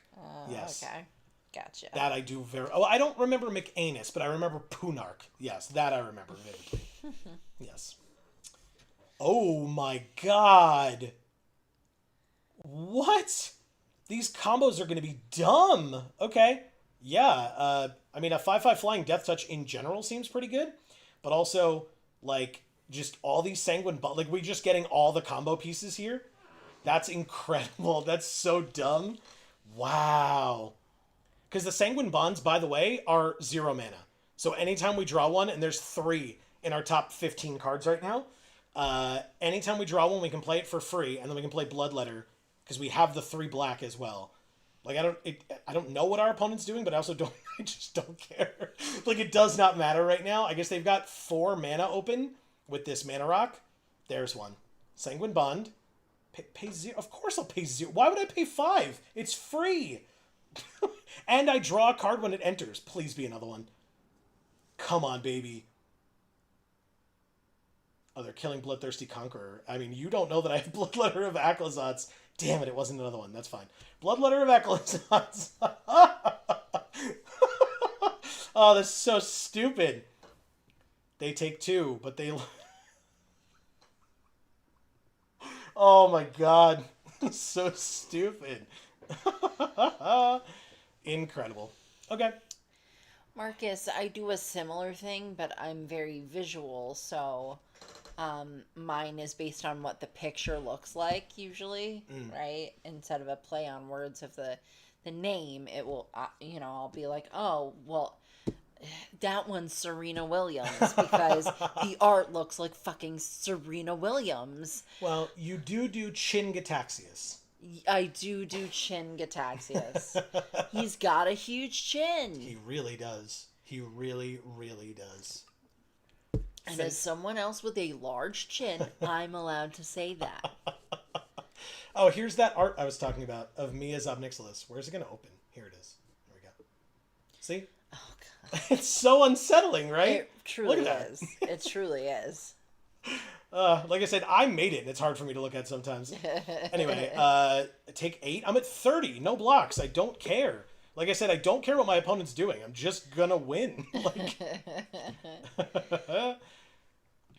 yeah, you get a creature, a permanent from your hand onto the battlefield. You literally have 1 card in hand.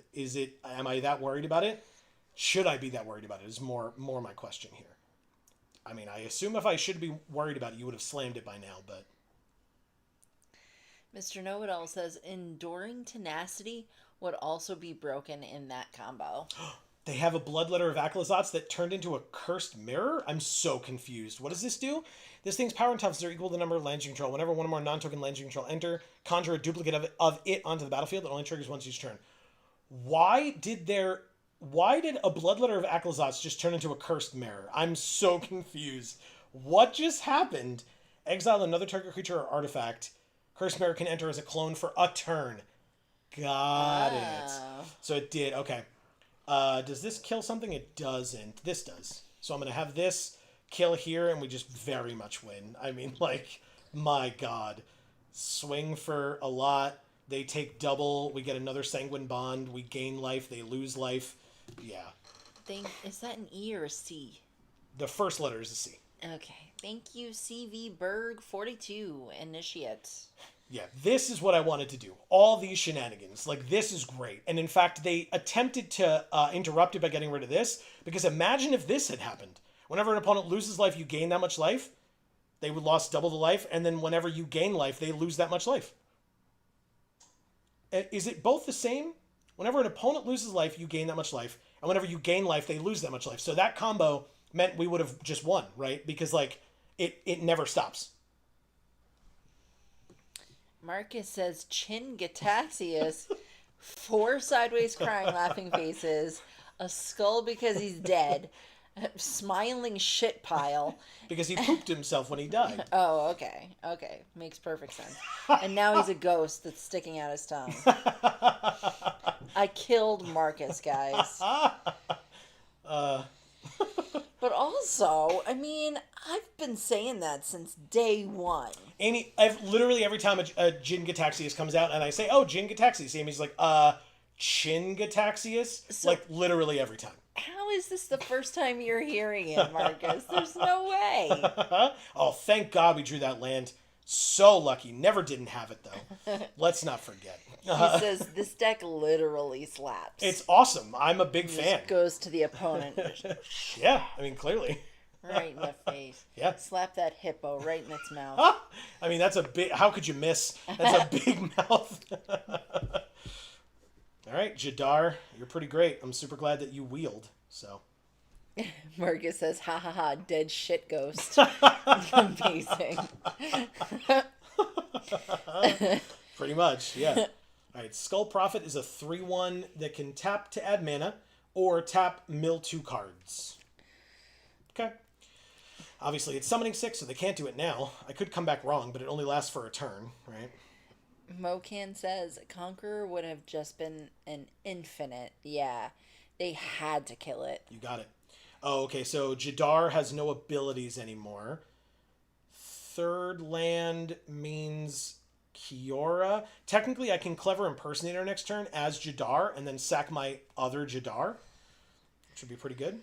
Mr. Know-It-All says, yep, that's one of my favorite infinite combos to do. Seems pretty good, right?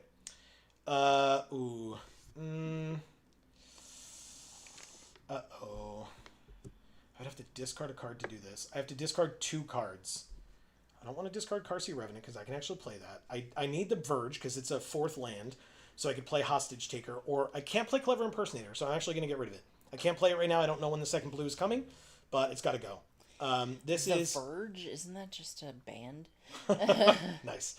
I'll discard 2 cards, and then I will attack for 2. Notably, Jadar can block. Unable to scream. It's just an O2, so it can block, it can do all the things, so it's pretty good. Like I said, if I have to block with it, I will, but basically I can, there are some things I can do here. Oh, next turn I just steal Golos, I guess? Oh, shit. I guess, like, I don't know, does that make sense? I could steal it with Hostage Taker, which means later on I could cast it for 5 mana, but, I mean, they got their Rogran Triome with it, which is annoying. I could get my Triome with it if I get it back. Or if I steal it from them, I mean. Never mind. This is the Triome I was thinking about. It's Xander's Lounge. But I need a 4th land. So I'm actually going to do this. And Hostage Taker to steal Golos. I just realized that unable to scream card looks like it's wearing a mask. Yeah, it's a toy. No, I know. But, like, I always thought of it like, oh, it's like muzzled or whatever, but it looks like a COVID mask. Oh, I see what you're saying. No, it's not even a muzzle. It They're feels very like reminiscent of like a George Floyd reference. wow. No, they're like saying that the person's turned into a toy. Oh, okay. Oh, that was really bad for us, huh? Okay, great. They had buried in the garden. They stole hostage taker, and because we didn't get a chance to cast Golos yet, they then took Golos back, which is very frustrating. But okay, fine, fine.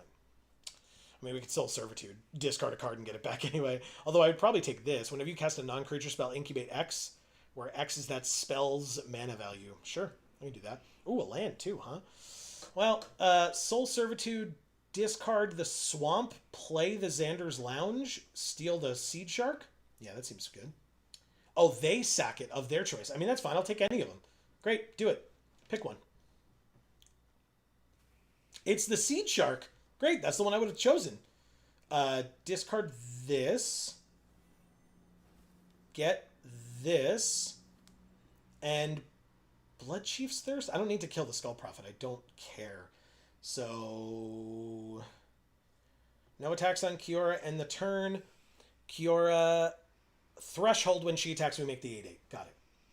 Okay, exile the top 3 cards of their library. They can play them this turn without paying their mana costs. It's Kindred Counterspell, a Hostage Taker, and a land. So they can Hostage Taker Kiora, I suppose? Sure, but they can't cast Kiora. They don't have the mana this turn. So we just have to kill Hostage Taker like they did with Blood Chief's Thirst, and we get our Kiora back? Oh, never mind, they can. Okay, fine. That's... Oh, this thing. Okay, great. Congrats to them. So we don't get Kiora back. Annoying. Marcus says, oh yes, steal it. I did, yeah. Mocan says, it's a cracked porcelain doll with the spirit of the person in the cracks. Oh, interesting. Yeah. Okay. And I'll chump block with Jadar so that I can get it in the graveyard. Seed Shark. Blood Cheese Thirst. Sure. What is it, 2 to do this? Yeah, okay. I mean, they get a 4/4 if they pay 2. Yeah, Golos needs to go away, and I'm not going to get a chance now. That's a huge problem. They got their lands, like, so quickly.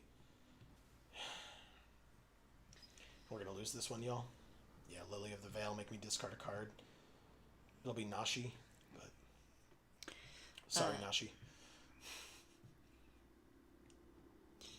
Mr. Know-It-All says, what are your favorite archetypes? In Cube or in... They got the 8/8 too. Yeah, like we're super dead. There's nothing we can do here. Did they even activate Liliana? They just didn't, huh? That's kind of rude. All right, fine. I don't know. I mean, like, you know what I'll say? I'm usually not a big fan of blue-red spells. I'm usually not a big fan of, like, black-green sacrifice or whatever. Well, they let this resolve, but then that countered this? Okay. Oh, because I sack a creature, so it doesn't matter. Okay, good game, I guess. Anyway, so I don't know. Like, I like blue-white flyers. I like. I've come to enjoy the sacrifice deck a little more. Like, there's like black-red sacrifice or something like that. I don't like black-green mill. That frustrates me. I do like blue-black mill your opponent. I don't like self-mill as much. Oh. Thank you, Plan 9. Sorry, thank you. Sorry. I was very caught up in what I was talking about. That's okay. Somebody asked. Yeah. Marcus says, you dead. Golos activations end games. Yeah, for sure. I tried. They took it back immediately. There was nothing I could do. Game was over at that point. Oh, this comes into play first. Silly me. Enters tapped. Jadar is not bad. We have 4 land. If in the next few turns we draw any land at all, we have the Conqueror, so that's great. And I think we start with this so we can start getting some Sanguine Bonds on the top, especially because we have the Bloodthirsty Conquerors right here, so gotta do it. The combo is real and is in our hand, so let's give it a try. Oh, the Rakshasa as well, huh? Third land, combat, attack for 2, get the Sanguine Bond, deal 2, gain 2, and I guess we Jadar here? Or do we Rakshasa? I think we Rakshasa. We give them a bigger threat than our flyer, so that they're not worried about our flyer at all, and then we can play Sorin next turn. Flying and lifelink. Yeah, the lifelink is relevant for sure. Okay. They passed through their whole turn. You know what? They might be very pleased if they get the opportunity to counter a Planeswalker. So, I'm going to go to combat first and attack. Maybe they have something here. We'll conjure the Sanguine Bond. They don't? Okay, Rakshasa's dead. Goodbye. We're at 24. Counter Sorin, please. They don't? Do they just have straight nothing? Okay. Great. Wow. They just passed their whole turn playing nothing with 3 colors. 3 colors? 4 colors of mana and 4 lands. 5. Yeah. 5 mana and all 5 colors, possibly? Wow. Insane. Okay. Works for me. Very weird hand they must have there. Yes. Marcus says, I'm ready to jam. Okay. Good to know. So after this, I guess. When this event is done, whoa, Casualties of War. Okay. Well, we still have the combo available. Not yet, but it exists. I'm gonna combat, swing for 2. I guess I Carsey Revenant. I mean, like, we've got lots of lifelink going on. He says Casualties of War. Good call, Marcus. Damn. Good call. Oh, is that the name of the card? Mm-hmm. Oh, okay. I thought he was saying that things dying were Casualties of War. Am I dumb? Okay, it was just to draw a card, like... Okay, Incarcerate Revenants in the graveyard. We can exile this, put a Flying Death Touch and Lifelink counter on target creature. We have 4, so we could do this for 2, but we actually want to, I guess, come back wrong on Shieldred. Oh, we kind of... I mean, it dies anyway, right? We've got to get rid of it. So... Sure. Like, we can't do anything with it coming in, but we want Shieldred off the field. Goodbye. They don't sack anything. Combat 2... 7 to 28. I mean, that still feels okay. And then their card goes away again. And into their graveyard. So that's not nothing. They could get it back. They have a black source. 2 black sources. Jeskai Revelation. Jesus Christ. Okay. God, why can I not draw a land, man? That's super annoying. X equals 2. Auto pay. Hangerback Walker's at 2/2. Pass. Marcus says, or cakes on the brain. Whoa, Tajik. I like this guy. At the beginning of combat, they put a counter on Tajik, then conjure a card with mana value equal to the number of counters on it from Tajik's spellbook onto the battlefield that gains haste and attacks this combat if able. Marcus says they were touching lots of cards. What? They were touching when they played Casualties of War. Because Casualties of War like destroys like 4 things. Artifact, creature, enchantment, land, and planeswalker, and they have to target them all individually. So there are very few cards on Arena that give that many target options. Sublime Epiphany is one of the other tier 1 cards that'll give it away. Right, so Sanguine Bond could be in our top 3. So I think this is Sanguine Bond, but I actually want the land very badly for the Conqueror, and I'll take Hostage Taker because it's a great card. So choose these 2 and lose out on Sanguine Bond. Called it, don't care. Thanks, opponent. Tajik is 4 mana, this is 4 mana, and these are monks. So I'm not going to use this yet. How did you just know that was Sanguine Bond? I said it could be among our top however many cards. Because we knew it was going to be in the top 15. Because that's what that 2/1 flyer did, is it put it in our top 15. Okay. And we could cast it for free. So, because we had so much life gain, I imagined they wouldn't want us to have it. Yeah. And so because they showed us Hostage Taker, I had to imagine that they were not showing us Sanguine Bond, hoping that we wouldn't take Sanguine Bond. And I don't want Sanguine Bond in this particular instance. I wanted the land to get us to the Conqueror, and Hostage Taker is a great card. So... Unstoppable Slasher. Now that is something to steal with Hostage Taker. Holy crap. Okay. the pizza cutter. Correct. See, that's the kind of nicknames I have for these cards. That's the pizza cutter. What is happening? Oh my god, opponent, stop clicking the thing that already automatically attacks. Thank you. Okay, sorry. I don't know what's happening.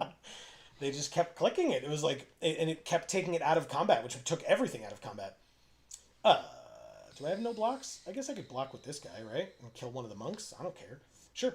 All right, I'm going to take a quick bio break. You got it. I go to 19 if I read correctly. I do. Work break. Before my turn, I guess I put a counter on this guy, right? Why not? We had the mana. Kiora. She would have to attack.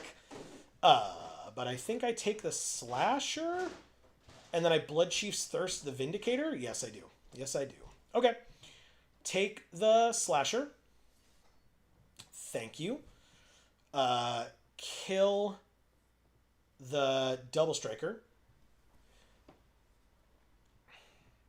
No attacks. Okay.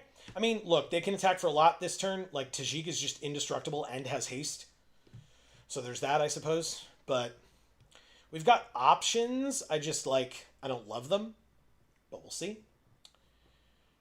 If Hangerback dies, like if we end up trading with this Kona or something, yeah, we take 2 and the 4/4 attacks. The 4/4 does not attack. Okay. Sure, we take 2. We're at 17, they're at 11. We drew Nashi. Not what we're playing, but cool. 3 for this, 2 for Jadar, I guess?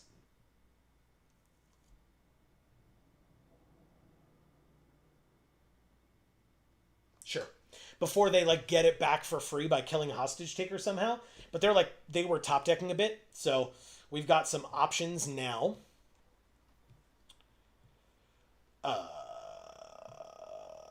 No attacks. There's our Decayed, our 2/2 Decayed Zombie. Myth Weaver Pock, the second player to play this against us. Bloodchief's Thirst could have killed Tajik. The base cost for the spell is 1, the only mana value he's exposed to. Just look out for it later. Oh, I didn't know that. Interesting. They have a 6/1, Trample, Lifelink, Haste.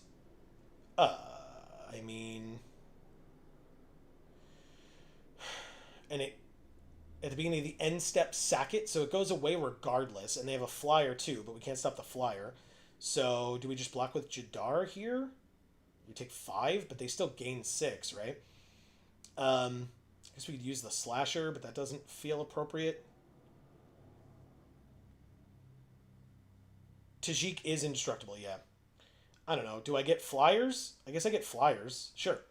I get 3 1/1 flyers to stop the Skynight Legionnaire in the future, because this thing goes away. So we take 5 this turn, go to 12. They go to 17. We get 3 Thopters. Perfect. And that blocks the Legionnaire in the future, leaving us with a 1/1 if we want it or need it. Tajik is a huge problem. He is indestructible, so I will try to figure out a way to get rid of him, maybe, hopefully. We'll see. Jesus. Okay. They destroy an artifact and they gain 3 life. That's not bad, I suppose. 5 mana. There's this. What do you do again? Put a Decayed counter on each of X target creatures only as a sorcery. That's pretty good. X would be 4 if I play this land and tap out for it. Flying Death Touch Lifelink on a creature makes Tajik unable to block at least. Yeah, you're right. And technically attack. I mean, they could, but he wouldn't get destroyed though, right? What does it say for Decayed? Creature with Decayed can't block, sack it. So that would get past that. So X is 4. 1, 2, 3, 4. And we put 1 here, 1 here, 1 here, and I guess 1 on Kona. Why not? Yeah, auto pay all 6. You got it. Thanks, Rot Curse Rakshasa. And then No attacks, I guess? Not this turn. I guess I could have attacked with the Decayed, but like they would have just blocked with the... Oh, they can't block with the 9/9. But anyway, still. I guess I should have attacked with the Decayed. My bad. Because we would have gotten another one back with Jadar. That's on me. I was like, oh, they'll block with the 9/9. I literally just made it unable to block. Here we are. Everything is fine.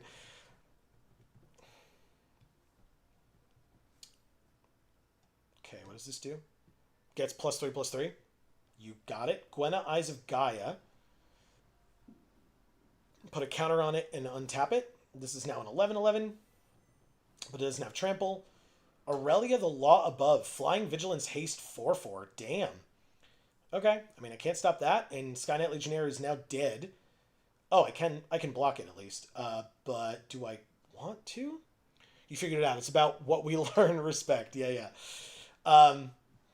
Thank you. Aurelia. Take 4, go to 8. Do I care?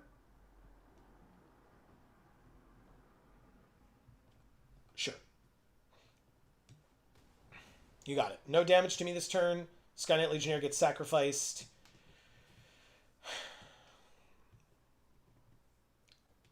They re-equip to Aurelia. You got it. Sanguine Bond for freezies. 0. Draw a card. Xander's Lounge. No reason not to play it.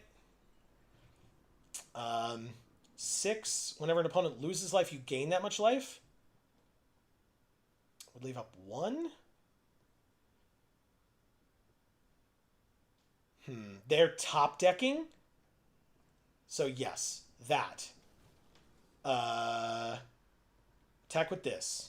Because even if they block now, doesn't matter. If they lose 1 life from now on, you win. Exactly. So they have to block everything, which they're going to. But again, all we have to do is put like a flying, death touch, and lifelink counter. It's only as a sorcery, but it means that they won't be able to attack me anymore. If we give something flying, which is the only thing they can really attack us with right now. Okay, that's fine. They drew a land, played a land. Another counter on Tajik. He might be... Is he out of stuff in his spellbook? Oh shit, I think he is. Aurelia was the last thing, huh? Insane. We got through Tajik, everybody. We did it. Tajik's dead. Tajik is dead. I'm going to take 7. But I think we're okay here. The Unstoppable Slasher can block here. They don't... I guess they have 1 card in hand, but we'll see. Do they have... Oh, why did I not block Tajik? Now I lose, right? Come on, man. I forgot. What an idiot. I'm so mad. That sucks. Okay. We had the combo on the field, and we just lost. Because I was like, oh, whatever. Block here. This guy's dead.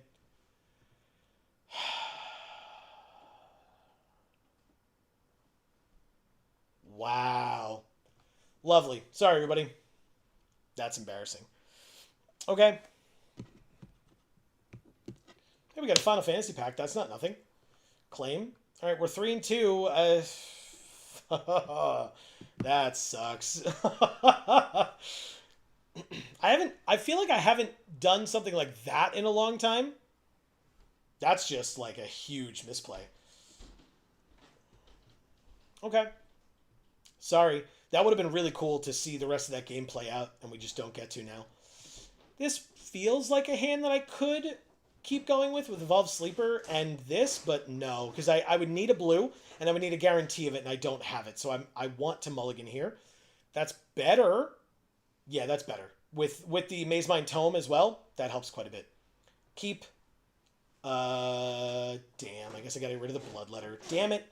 There's probably a way to search my deck somewhere going on. Pass. Oh, look at the Chandra Chocobo. So cute. Jay's Puppet's better. Just saying. Agreed. All right. Maze Mind Tome. End the turn. I am going to scry because we need a land drop. We need to hit a land drop here, hopefully. We'll see. This is not legendary, so Clever Impersonator would do good work copying this thing. Would be pretty nice. Obviously doesn't get the graveyard effect or whatever, but it's still a 3/3 flying Death Touch lifelink. We got the land. Hell yeah, done. Easy. It's not double black for this, but we'll live. Where'd you leave off here? These two I have not read. Okay. So Mocan says, snatched defeat from the jaws of victory. Yeah, I misplayed, didn't block a creature that I could have very easily blocked to help me win the game, and died instead. Ooh. Yeah, it was awful. And Marcus says, toasty. Yeah, it was real bad. All right, I'll draw a card. Ob Nixilis. Curse Rakshasa. Awkward. I will play this and scry next turn, I guess, or at the end of the turn. I'll take 2 in the air, and then they get to what? Top 3, exile 1, rest into our graveyard. They can cast my card. Great. And Hostage Taker to steal the Rakshasa? Okay. You got it. This is what I'm supposed to be doing. So where are they getting the blue from? Over there. Okay, good. Can't do anything about it. Top 3. They steal 1, and then 2 of them go to the graveyard. It's Jadar and a land. I will scry. Keeping the land where it is. I need that. Playing it. So there's Clever Impersonator to Hostage Taker the Hostage Taker. And get my Rakshasa back. Seems good. Copy of Hostage Taker. Comes in, steals Hostage Taker. Gives back us... Oh my god, it's so dumb. I love it. Pass. Wow. Now they can kill our Hostage Taker to steal their Hostage Taker back to get our Rakshasa back, and everything will go back to the way it was. They just need 1 removal spell. And then no one will know that any games have been played. Exactly. Everything will go back to normal. There it is. They got it. Marcus says, I like that line. Yeah. They won't. No. But it doesn't matter. They did the exact same thing again. It's just back and forth and back and forth and back and forth. We could Blood Chief's Thirst it and do it all over again. We actually can't copy it. We can just kill it and get our 5/5 back. Pass to blockers, no blocks, but they get another one of our cards now. So I probably should just kill the Thief of Sanity instead of the Hostage Taker. So they stop stealing our shit and milling us. Like, they're milling us. They've milled us for 6 cards, basically. 2 of them they get to keep. Yep. And the other 4 are in the graveyard. I guess if we draw a land, though, we get Ob Nixilis. And then we can just destroy the Thief of Sanity that way. So... Nashi and Kiora. They did not take either of those. Okay. Land off the top would be great. I guess I can scry to make sure that that happens. Let's try it. We gain 4 life. Baron. Return it to 1 target creature or planeswalker to its owner's hand.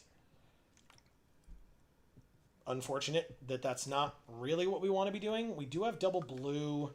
and a single mana for Blood Chief's Thirst, which doesn't kill either of these.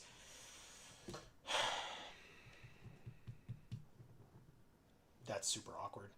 I think I ditch Baron here to the bottom and try to get a land. Did not get a land. Got Rona, which says whenever we tap or cast a legendary, we untap Rona.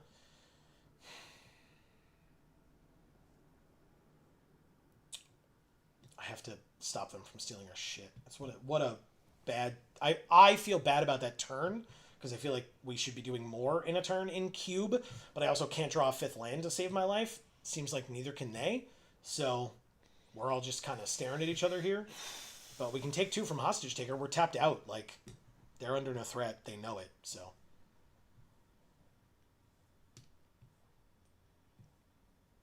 Is my hat still on? Yep. Oh, yeah. Wow.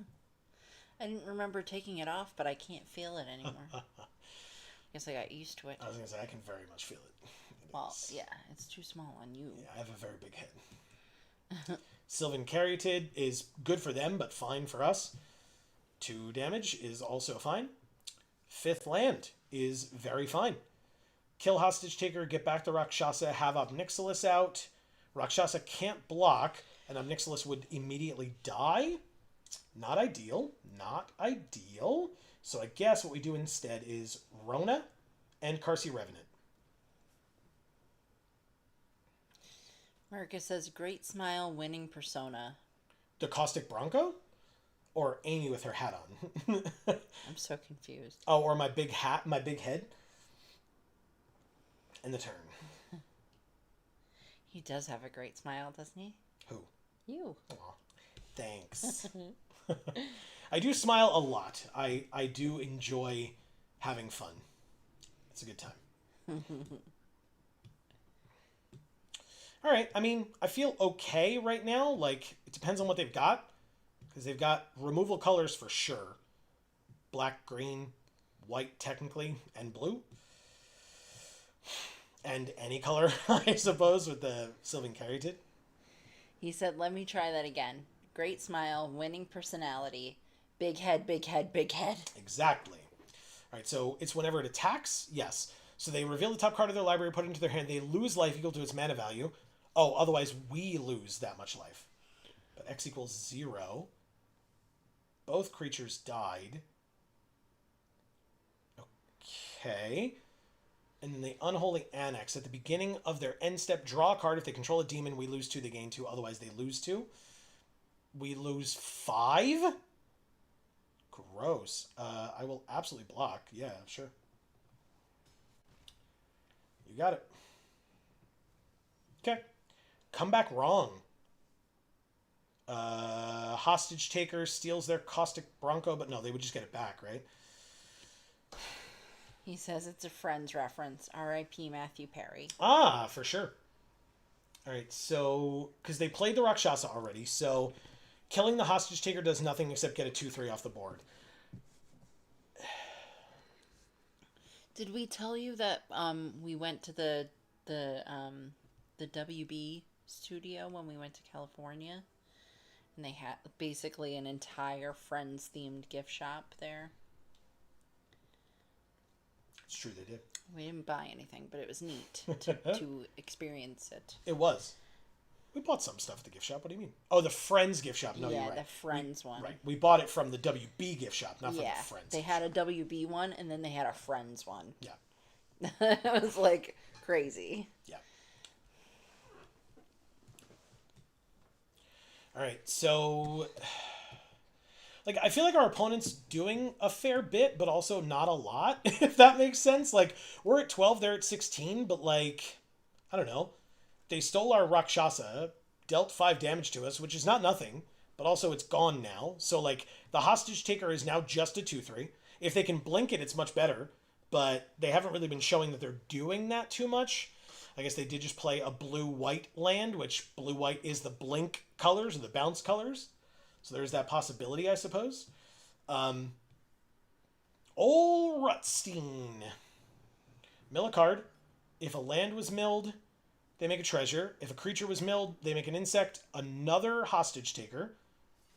How do they have 2? I don't remember. But now we don't have Rona anymore because we just don't have anything anymore. And like, the thing for them is that is beneficial for them is they've gone wide enough, and now they're going to get another card for free, and we lose that much life. Again, we're just like so dead. They've just gone so wide and taken us off of everything that there's literally nothing we can do to win the game anymore. This goes to the graveyard because it will not help us, and it's 1 card, and we just need to be able to play more than 1 card a turn, and we just can't do it. X equals 1, pay 2 mana, and then have come back wrong up to kill something, I guess. It dies into a 1/1 flyer, and good. At least they're making bloods. Mocan says, come back wrong, steal the Bronco, cast it. Would have done it. You can't cast it. It automatically goes onto your field and then gets sacked at the beginning of the next end step. But what I could do is, it's sorcery speed. Got it. But yeah, you get it right then. You don't cast it. Kill the Hostage Taker, get back Rona. Got it. Okay. Yeah, I mean, I guess. Steal the Bronco with the Taker. Oh, I see what you're saying. Gotcha. But yeah, but when the hostage taker goes away, I see what you're saying.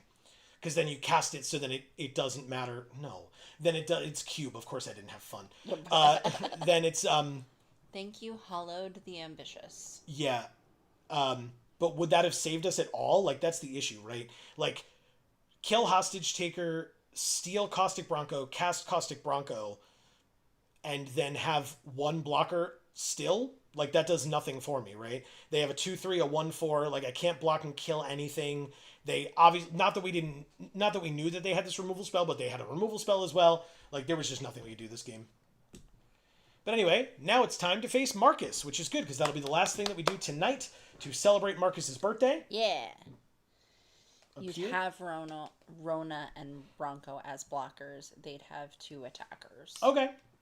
Just to keep me alive as long as possible. We went 3-3, by the way. But yeah, the removal would have killed you. Yeah, which again, we didn't know that at the time, so you're absolutely right. It still was the best line for us, totally. March from the Black Gate from Lord of the Rings. Ah. Essence Reliquary from some set that someone can remind me of. And our rare is Wave Break Hippocamp from Theros, Beyond Death. Modern Horizons 3. Thank you. Claim, we are done with Chromatic Cube Draft. Marcus, you know the drill. You know where we are and who we are. Please challenge us, or feel free to challenge us. Cast 250 spells on an opponent's turn over any number of games. Actually, genuinely don't know what deck we're going to play against Marcus, but we get to see his fun strategies that he has cooked up for us. So I'm excited. Thank you for letting us know that, Mocan. Always appreciate the information and the assistance. As a reminder, everybody, while we wait for Marcus, first of all, we will be live again next week, as we always are for Magic Monday, 8 p.m. Eastern, right here on this channel. The first time outside of the streamer event that we will be playing Age of Eternities here on... It will be the first time on Magic Monday, I should say. Also, we will be live this Friday over on... what do we want to do? I'm going to... I'll try this one. We're going to be live over on Video Games for All, link in the description down below. For the first time ever, we're going to be checking out My World on Minecraft. Yes. Amy has 70 hours in Amy's World up on Video Games for All, but you all will get to check out my world that I've been making over the past, well, many, many, many years. Ooh, any land gets us this, but if we don't draw one, we're just dead, right?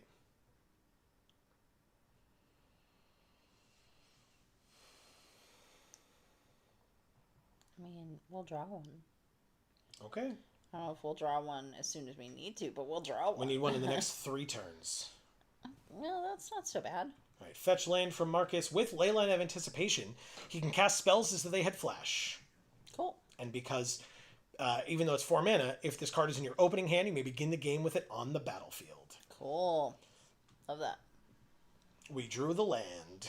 Temple Garden can enter tapped. Perfect. We don't have to shock ourselves. There's just... Oh, Saz's Chocobo. Or Sash's Chocobo. One of those. I love that art. It's so beautiful. So do I. So do I. I want to hang it on the wall. It's incredible. Can't argue with you there. Creature tokens I control get +1/+1 and have vigilance. Technically, I could cast Ginny Fey next turn, right? Green, green, white. Amazing. Sash's Chocobo gets a counter. He's playing the birds, Amy. Yeah. Alright, so this... We have a cool bird, too. Yeah, we do, actually. And some cats and dogs. Don't counter it, Marcus. Okay, good. Whew. It's like I'm watching you. He could just bounce it, to be fair. He did not bounce it. He did play the Goose Mother, Amy's favorite. Oof. It's X = 1. Because he can cast spells as though they had flash. He can sack a food to draw a card. It's a 3/3 flyer, which I cannot block, so we take 3. Amazing. We drew a land. Play the land. Now the question is, oh, that's landfall, so that could be next turn. Power is equal to the number of creatures we control. Whenever we attack for each opponent, make a 1/1. Whenever we attack, period. Or there's Honored Heirloom. Does that help us? Taps for 1 mana of any color, and we do need red. So I think I'm going to play the Honored Heirloom. If I draw a land next turn, I can play the Retreat and then play the land. So I will do that. And, I mean, I guess I'm supposed to attack. We'll see what happens. He takes 3 and goes to 21. Perfect. We're both at 21. Nice. Look at that. We both have horns, I just realized. Oh, yeah, look at that. 3 steps ahead, draw 2, discard 1. Cool. So he drew 2. He discards. It's in his graveyard. Just the Windswept Heath, but now also Nimble Obstructionist. When you cycle this card, counter target activated or triggered ability you don't control. Very nice. This is really cool. Oracle of the Alpha. Jealous. So cool. Okay. 5 damage. He doesn't have any food to sacrifice, but we go to 16. That's not nothing. We did not draw land. We did draw Doubling Season. So, to go with their Goose Mother. Yes, because she's multi-headed. I guess I'm supposed to play Adeline. Yeah, she's very Adeline. Wow. Yes. This is dumb. Swing for 3. When I attack, make a 1/1 that's tapped and attacking. But it's in fact instead a 3/3. It's tapped and attacking. Because the Oracle of the Alpha can't profitably block it. And so he does not. If he has bounce, because he's in, again, white and blue, which is the bounce and or flicker colors. Flicker, exile it, and then bring it back immediately. Teferi! But the bird Teferi. It's all flavorful. I love it so much. All right, he bounced our token to our hand, which means it goes away forever, and he draws a card, which is great. Teferi notably at now 1 loyalty, so if we can get in for 1, that'd be great. Still, anytime we draw a land, we can play Felidar Retreat. Make a cat, which would, I guess, still be a cat. Domri. Target creature we control fights target creature we don't control. Interesting. We can't really do that right now. Let's go with... What does Rocco do? Search for a creature with mana value X or less. No. Deals damage equal to the number of creatures you control. Target creature or planeswalker creature you control +1/+1 trample or make 2 1/1 citizens. That would be for 3, leaving up 2, which is not enough to do anything this turn. So I guess what we're supposed to do is just play Doubling Season.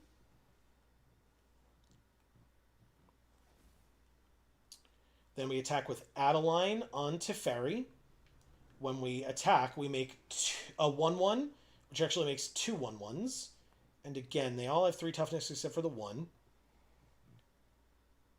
Still attacking Teferi. Still attacking Teferi. They're both 3/3 vigilance, but they enter tapped and attacking, it says. So now 3 creatures are attacking Teferi. It would be difficult block, so he just lets Teferi die. But thanks to Doubling Season, instead of 1 token, we made 2. He flashes in Ambrosia. He can return a permanent he controls to his hand. Oh, interesting. Okay. Mocan says you can play Domri and use his plus to get the mama for the charm. Mana. Oh, mana for the charm. Oh, so 6 mana in 1 turn. I see what you're saying. Sure, you're totally right. Thought it was the Goose Mother he was talking about. All right, scry 1 with the Oracle. And then we take 5 because it's flying. All right, this goes here. It's our turn, but he stopped on our upkeep to do something. We can't cast spells. If it was kicked, creatures can't attack this turn. I guess I'll cast Teferi's Protection. Yes! Yes! Incredible. Perfect. I love that so much. All right, Entish Restoration. We can't do anything, but we're Teferi's protected, baby. We're good. Choco, Seeker of Paradise, is here. So he gets a free turn, but he can't hurt us. So that's wonderful. I love this thing that came in. The Entish Restoration. Yeah. He's Ooh, so cute. tribute to the playing World with Tree. Butterfly. Oh, yeah. No, those are birds. Oh. He's just so big. So they look like butterflies, but they are not.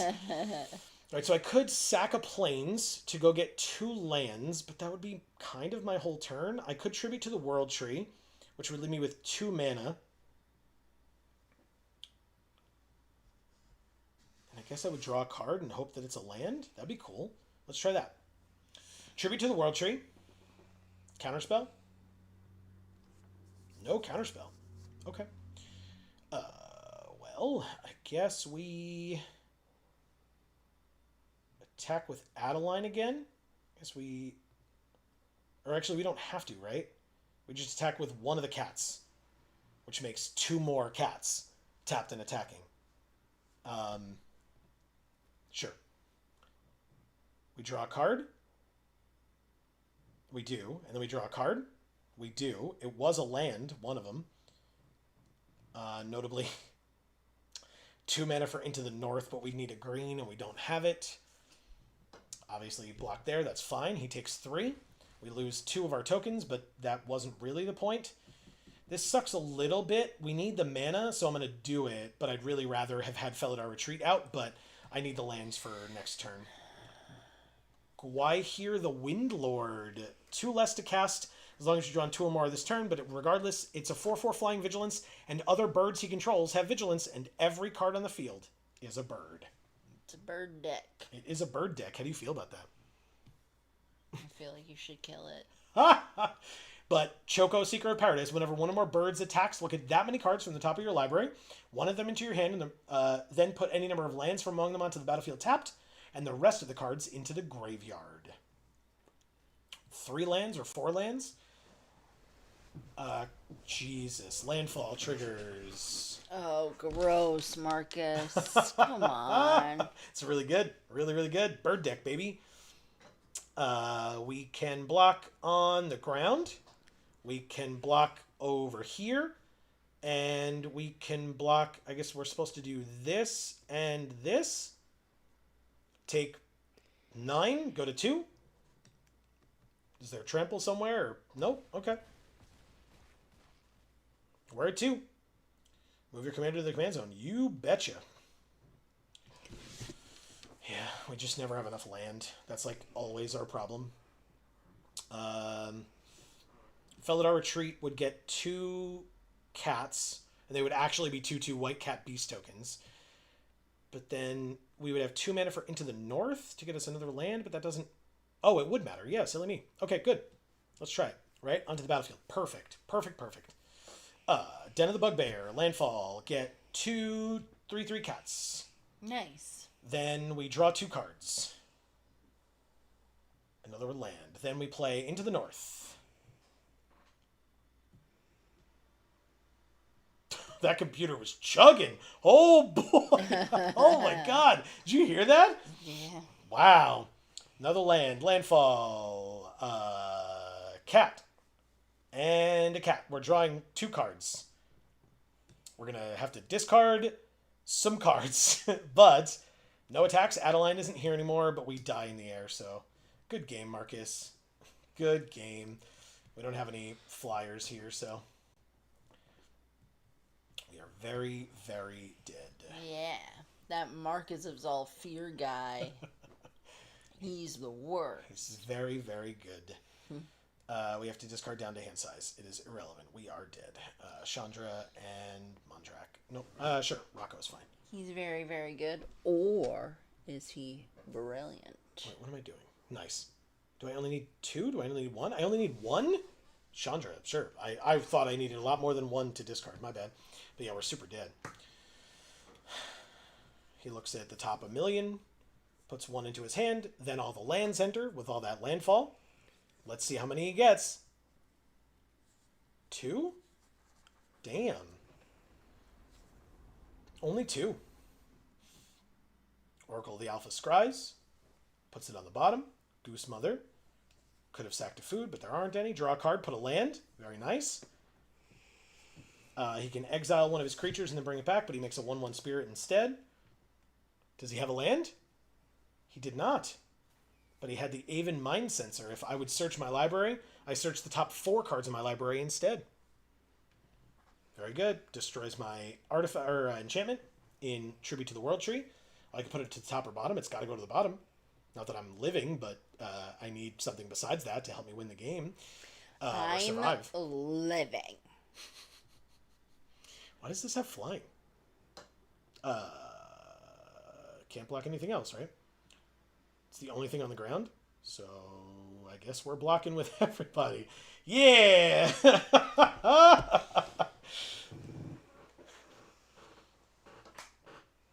Town ain't big. Struck gold. I've struck gold? Well, that's stupid. Anyway, I was trying to tell him that he struck gold with the victory of bringing us to -22. Thank you, Marcus Zulfir, the brilliant. And the birthday boy. And the reason we are wearing these hats. Happy birthday. Hey. Happy birthday. He got me to my daily as well. Oh, even better. Nice. Happy birthday. Marcus says caw. Because he's a bird. It was incredible. He played a bird day. So it was cool. The worst. No, it was cool. It was very cool. Amy actually did not crap on it the whole time. She did. did not. Which is really good. No, it was great. Really, really cool. You said one more? Sure. Let's do it. Bring it on. It will be the last one. We will end there. I do have work in the morning, but not until 8, thankfully. So, because we're staying here. I'm staying here tomorrow. I don't have to go into the office. So we can... Well, I'm getting us more water because it's hot as balls in here. It is very hot. It is very hot in here. I feel like I'm sweating all over this cardboard hat that I'm wearing. I'm like not sweating. You usually don't, though, no? That is not true. All right, my bad.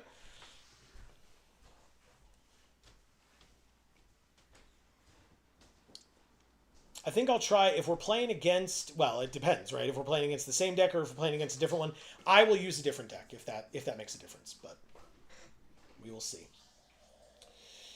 But we will play one more game against Marcus in honor of his birthday, and then that will be the stream. But like I said, we're live again Friday over on Video Games for All, 8 p.m. Eastern again, playing some Minecraft. I mentioned we're going to look around my world this Friday, and then next Friday we will start the process. Maybe we'll finish, maybe we won't, but we will start the process at least of attempting to beat the game of Minecraft, which I, despite having played for many years, have never done. Amy doesn't even know what it entails, so she will see it for the first time, so please no spoilers. But I am looking forward to it. It should be quite interesting over the next, like I said, over the next few weeks. Let us see.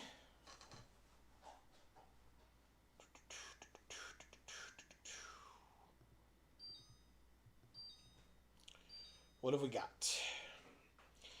Like I said, I think I'll do a different deck. That deck actually, I thought, had a good chance against Marcus.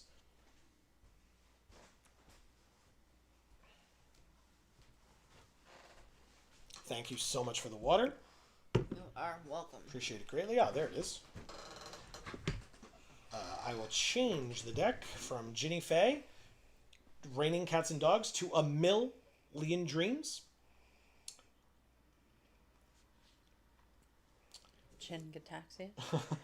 And he's got Tovolar. Oh, shit. Oh, shit. And it's a... Look, Amy. After the bird deck, it's a Gruul deck. He does love me. If you control 2 or more, it enters tapped, but it's only 2 mana. I can't keep this hand. Got a free mulligan it, even though the Deep Muck Desperado's in our hand. I love him. Me too. Ooh, much better. Keep this 7. Ooh, start with Grindstone, eh? You spoil me, deck. Okay. That's pretty good. Oh, but this enters tapped. This enters tapped unless you control 2 or fewer. Enters tapped. Enters tapped. God damn, man. Um, Frog Pizza says, I host Minecraft servers on my computer. hell yeah, that's cool. How do you do that? What does that mean? Like I know what it means, but how do you do that? I know I said that, but I don't know what the fuck I'm asking. So like, because you can have public servers, right? So you and I play in private worlds. No one can access them but us because Okay. it's a private world. But there are public servers that you can join instead.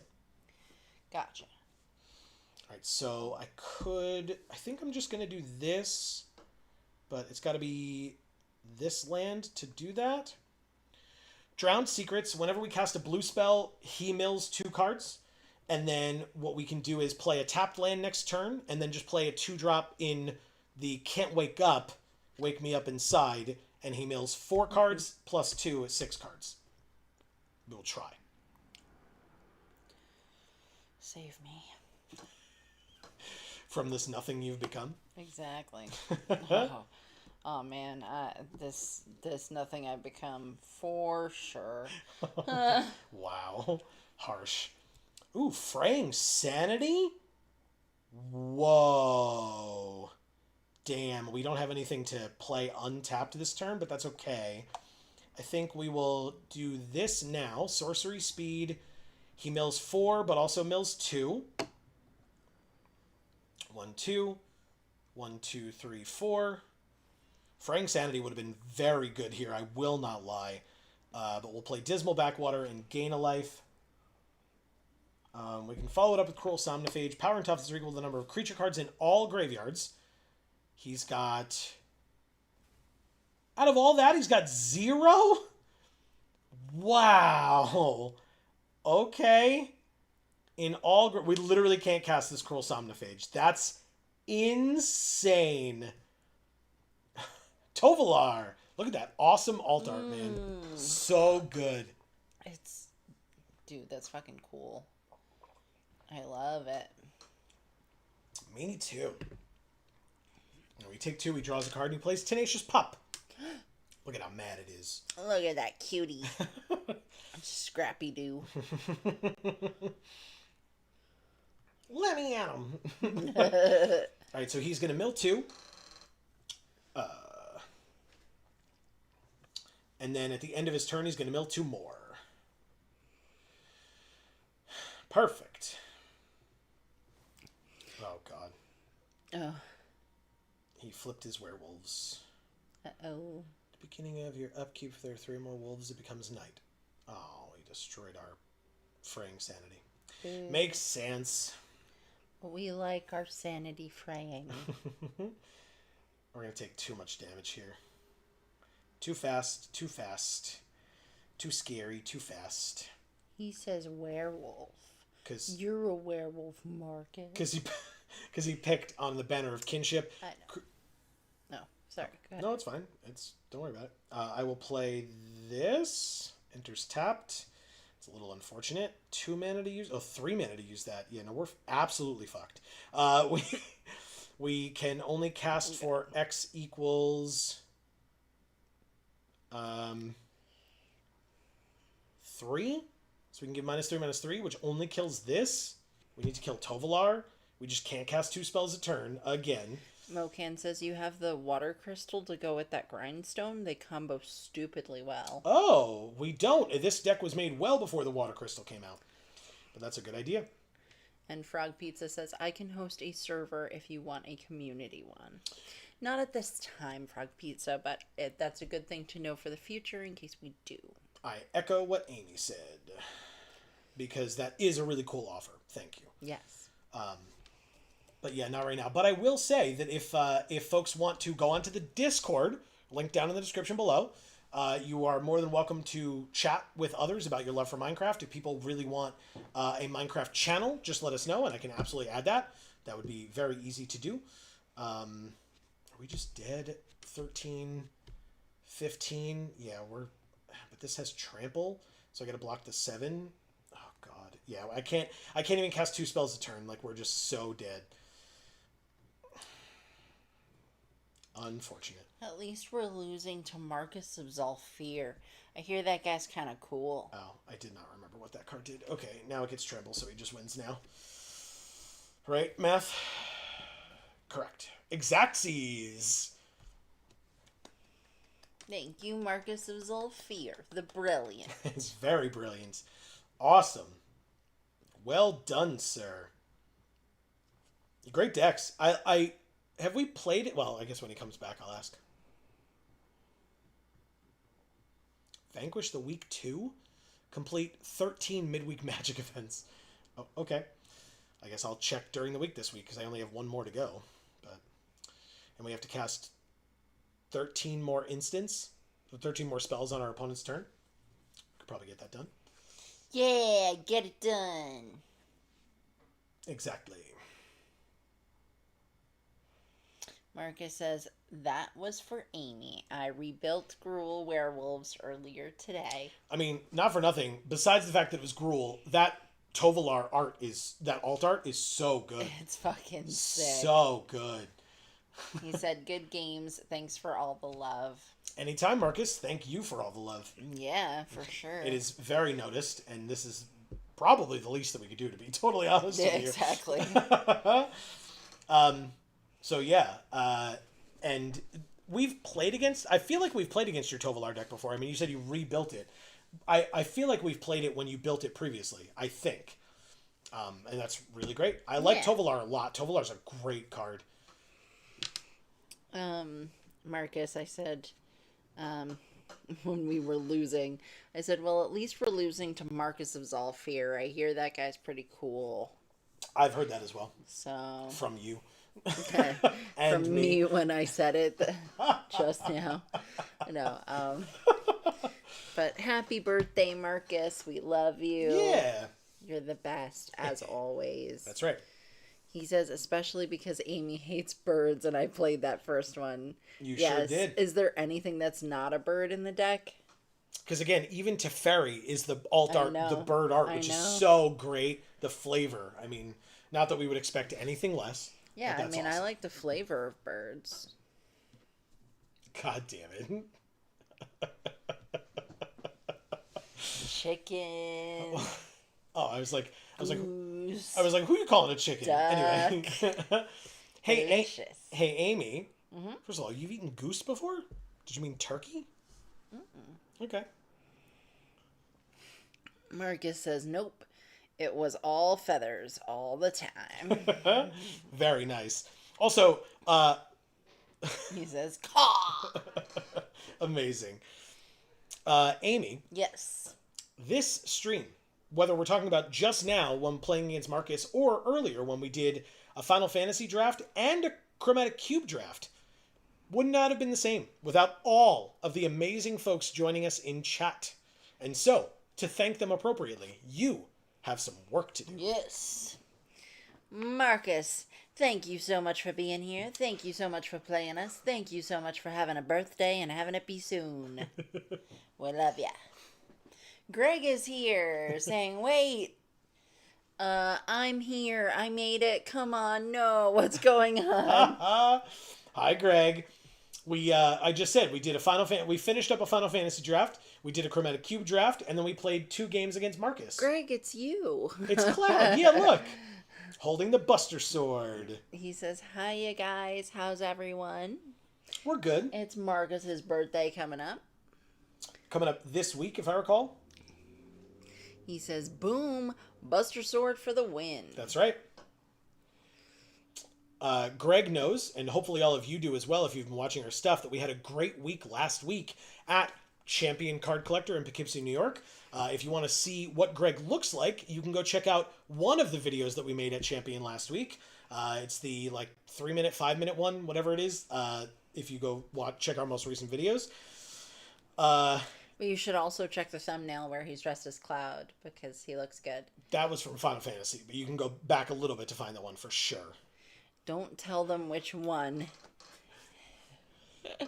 Make them watch them all. Yeah. Well, that's a little much. Well, but you should want to watch them all because they were awesome. We opened 2 cases of product at the store that the store then was able to use those singles as items to sell to their customers. So you can go check that out. That He video, says for real, it was awesome. it really was.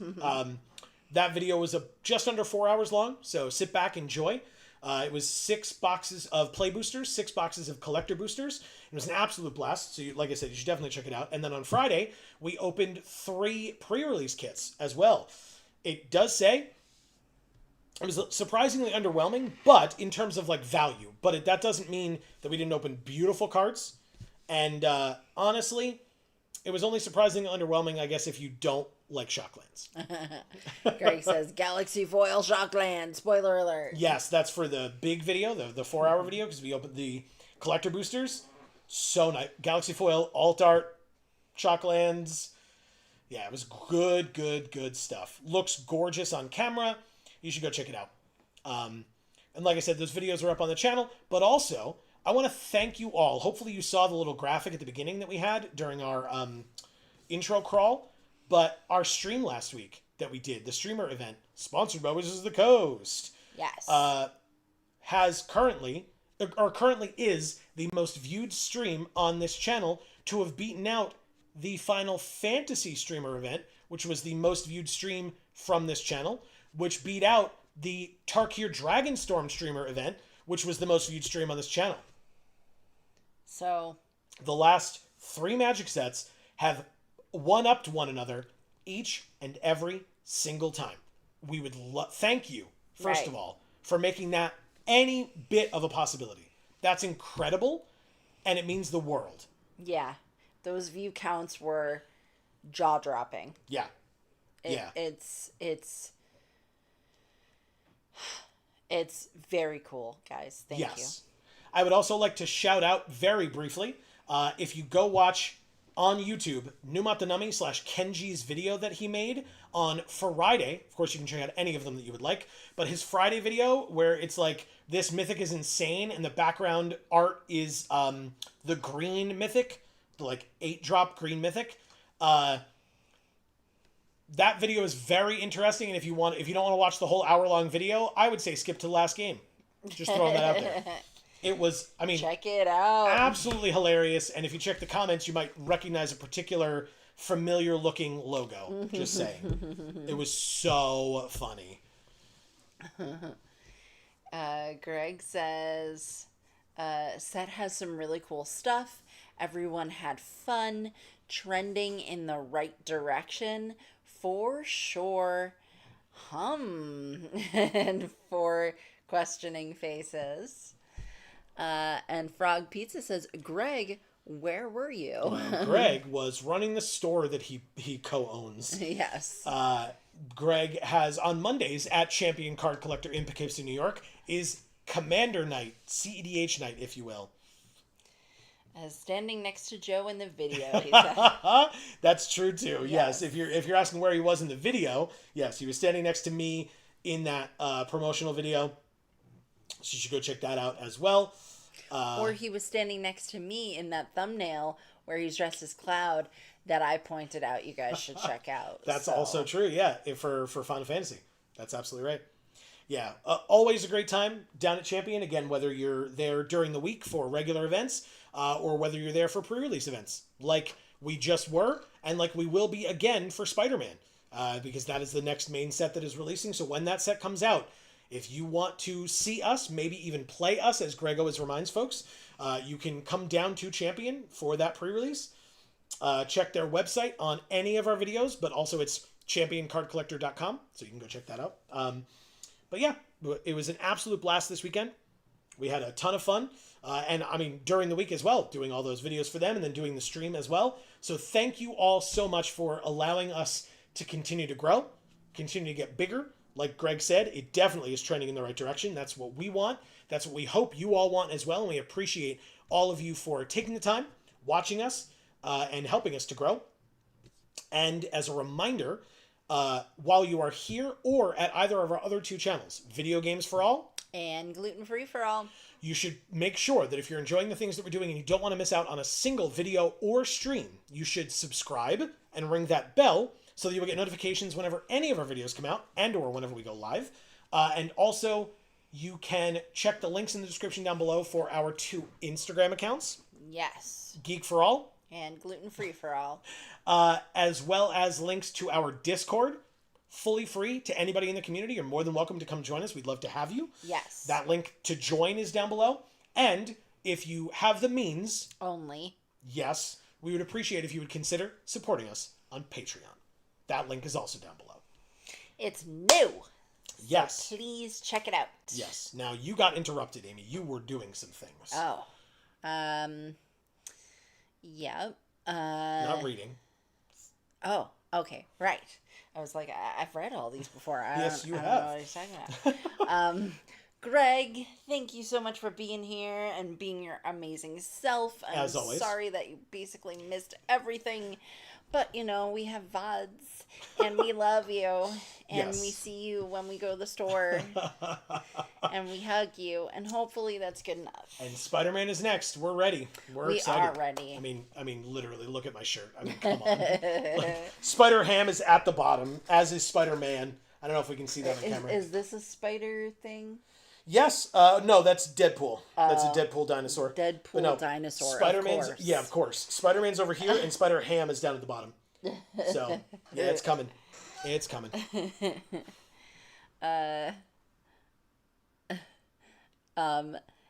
Thias Baker is here saying unplayable garbage product. Listen, I get it. People are not all fans of Universes Beyond. But that is totally fair. And people can absolutely have their opinions on it. I am a Marvel fan, so I'm excited to own the cards to own them. Because 2 things that I love, Marvel and Magic, are combining together. And so just like I did when The Walking Dead came out and everybody was pissed off about it, I purchased it for myself. I've purchased the Marvel Secret Layers as well. Literally just so I can own them. I don't care about how much they cost, except, you know, for as much as my wallet can or cannot afford. That's all. But... he also says, I also prefer to look at my shirt than play this rigged trash. like I said, everybody is entitled to their opinion. I can't necessarily agree with you, but I also am not telling you that you're wrong. It's to each their own. Right. But thank you for voicing that opinion. I really appreciate differing views. That's super important to have. Yeah. Greg says, more people playing the game, better for the game. And again, the perspective of a friendly local game store, which Wizards should continue to be catering to. That Yes. is also an opinion, but I believe that's one that's shared by many, because anybody that enjoys going to a store to play Magic understands that the stores also need to be thought about. And so there's a perspective from an owner. So there you go. So, Greg, let me ask you this question.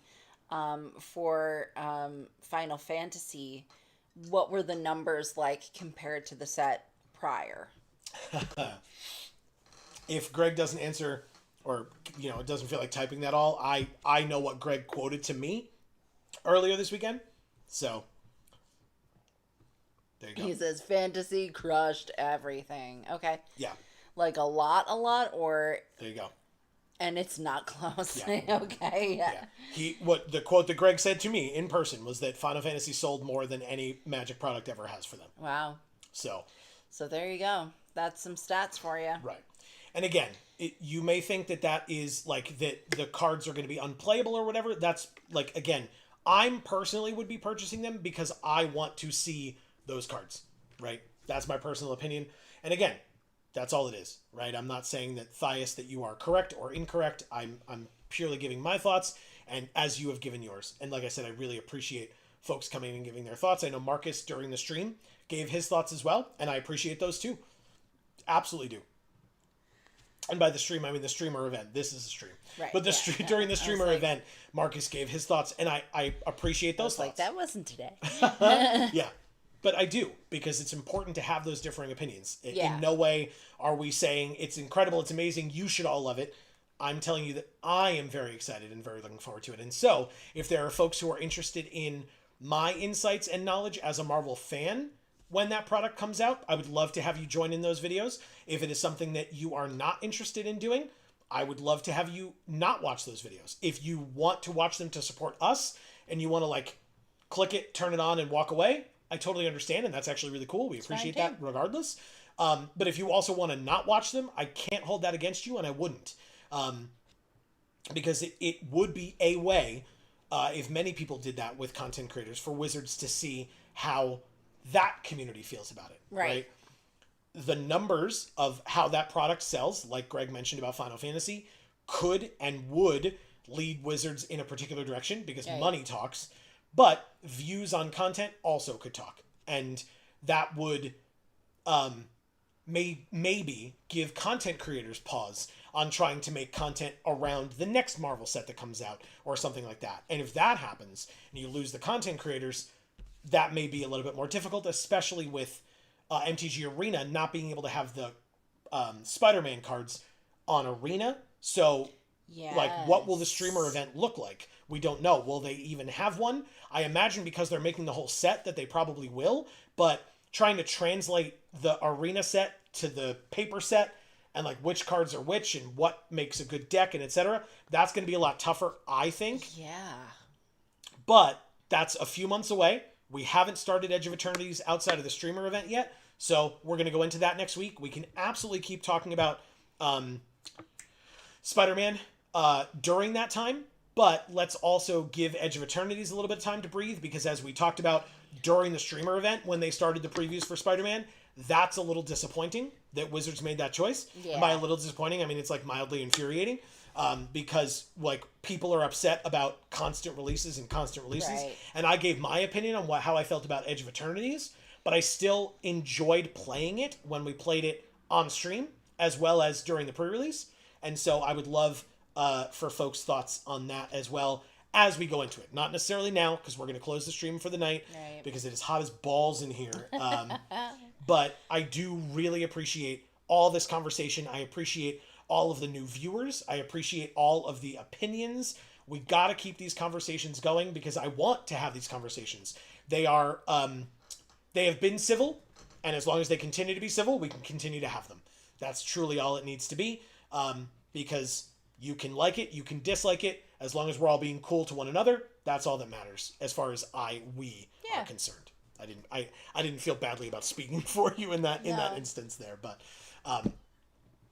yeah. So Amy, yes, you thanked Greg already. Yes, Thias, thank you for popping in here, sharing that opinion. Yeah. As he said, we do appreciate having different opinions here as well. That's right. And hopefully we see you back. Yes, I don't like echo chambers. Like I said, as long as it is a respectful debate or conversation, more than happy to have those differing views. Super appropriate and helpful. So thank you. Right. So we stream here every Monday night at 8 Eastern time. Yeah.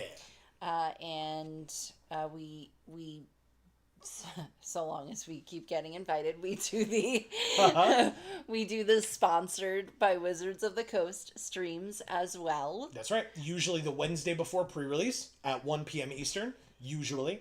That's how they've been recently. Yes. And those streams are very long. Yes. So if you can only pop in for a short period of time, or you can pop in a little bit of time here and there throughout the day, that will still be here most likely. It would be great to see you back for some of that other content. That's we right. do appreciate having you here. Yeah, we did 12 hours this last time. I can't promise we'll do 12 hours next time, but it is the Spider-Man, not really Spider-Man set, so we'll see what we can do. It'll all depend on our lives and our schedule at that point. It's not that far off, but still. Frog Pizza says Monday. That's right. Magic Monday. Yes. And? Frog Pizza, thank you so much for being here. We really appreciate it. I believe you thanked here already, right? So we appreciate you offering up the ability to have a community server for Minecraft, should we decide that is what we want to do in the future. Yeah, that's a really, really cool offer. We appreciate it. Thank you. I feel like moisture is I don't know. I got a lot of moisture. I'm very sweaty. Okay. Wasn't appropriate. I'm sweating. It's hot in here. That's not what I meant. Mocan, thank you so much for coming here to this. Yeah, regular stream for Mocan. Yeah, Love we it. pretty much only ever see you for the long streams, which makes it really special when we do see you on those. But it was really really special to have you here tonight. True. Because of that fact as well. So Yeah, again, thank you so much. Mocan and C. Holland, two of our international viewers and folks that are here extra late / early. So we really appreciate it. Thank you. Yeah, speaking of C. Holland was also here. Thank you so much for being here. That's as right. always, we love you. Big time. Mr. Know-It-All, thank you for making it back here as well. We really appreciate that. Yeah, glad to have you. Inquiring Mind Screw was here as well for a portion of time. Yes, that is awesome. Yes, and thank you for sharing your story with us. I'm glad that I remembered, and glad that you were able to share. Sorry that you had to go through that, but also really great that you were able to be there for your friend and your friends in that way. Right. Really, really important. Yeah. Yeah, and hopefully, even though it kind of felt awkward at the time, and of course, I'm sure it hurts at the same time, right? Hopefully, part of you can be honored that you were asked. Yeah, for sure. Jayanna, thank you so much for being here. As always, we love you so much. That's right. As you know. And is that everybody? That was it. Erica wasn't here tonight. We never saw her. No, that's right. Hopefully she's doing well, and we will see her on Friday. Yeah. Nobody is ever under any obligation to be here, but because if there are folks that come here often, just know we do think about you and hope that you're doing well. And so when you are able to make it, just as long as you're willing to answer, we will always ask how things have been. If you haven't been around, not because you're obligated, but because we want to make sure that you're doing well. That's all. Yeah. Frog Pizza says, "Oh yeah, totally. It's free, so." Exactly. So thank you. We appreciate that. Yeah. And like I said, which, so is the Discord. If you guys want to join the Discord, beat me to it. But I mean, honestly, like I said, if folks want a Minecraft channel on the Discord, especially once the Friday stream comes around and we start talking about it a little bit more, again, we have a playlist with 70 episodes of Minecraft of Amy learning that game from start to not finish, because that's not how Minecraft works. You can definitely go check that out. There are more episodes that were filmed, but we're not there yet. We will probably have that on like a sequel Sunday, despite the fact that it's not Minecraft 2 or anything, but still. But yeah, we'll have more of those episodes someday, maybe. And so you should go check out those first 70. It's a long, like an hour each, so strap in. But it was so much fun. What a fun thing to have see Amy experience Minecraft for the first time. And if you come join us this Friday and next Friday, you'll get to see all of you experience my world. And good to know, Frog Pizza, I can fix that. Oh, thank you for telling us. Yeah, I can definitely fix that. Damn. Yeah, they give like temporary ones and then they stop working, which I tried to fix, but it didn't really stupid. Work. It's super dumb. Okay, so I think if I open this way, it's gonna do a thing. So hold on. Let's go like this, so everybody can look at our beautiful faces and my sweaty head. Let's and the trash cans behind me. I mean, whatever, man. Where are we supposed to keep them? We got to throw things away. Man, I know. What are you gonna do? Okay, so what I can do is pull this up. I can at least put it in chat and then fix it later. If we go like this. Oh, good. Discord says I'm playing MTG Arena. Did you know?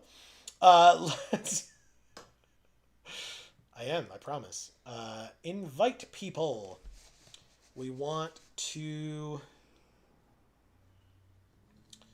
edit the invite link to have it expire never.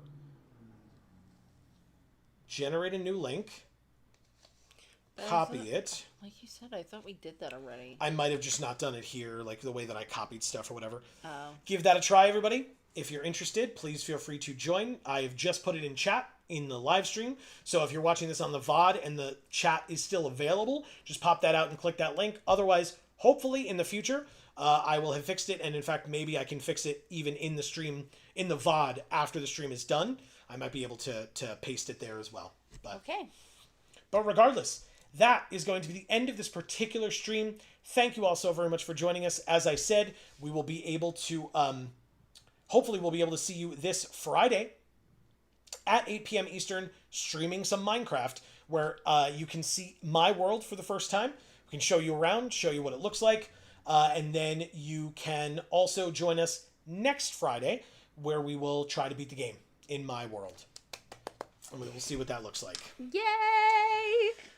I'm very scared. But we'll talk about that more on Friday. Also, if you're only here for Magic, no worries whatsoever.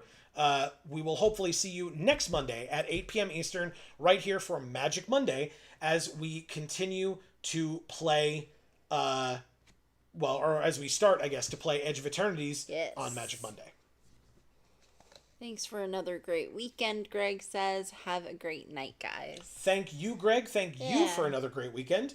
It was so much fun. That's right. And you have a great night as well. We will talk soon.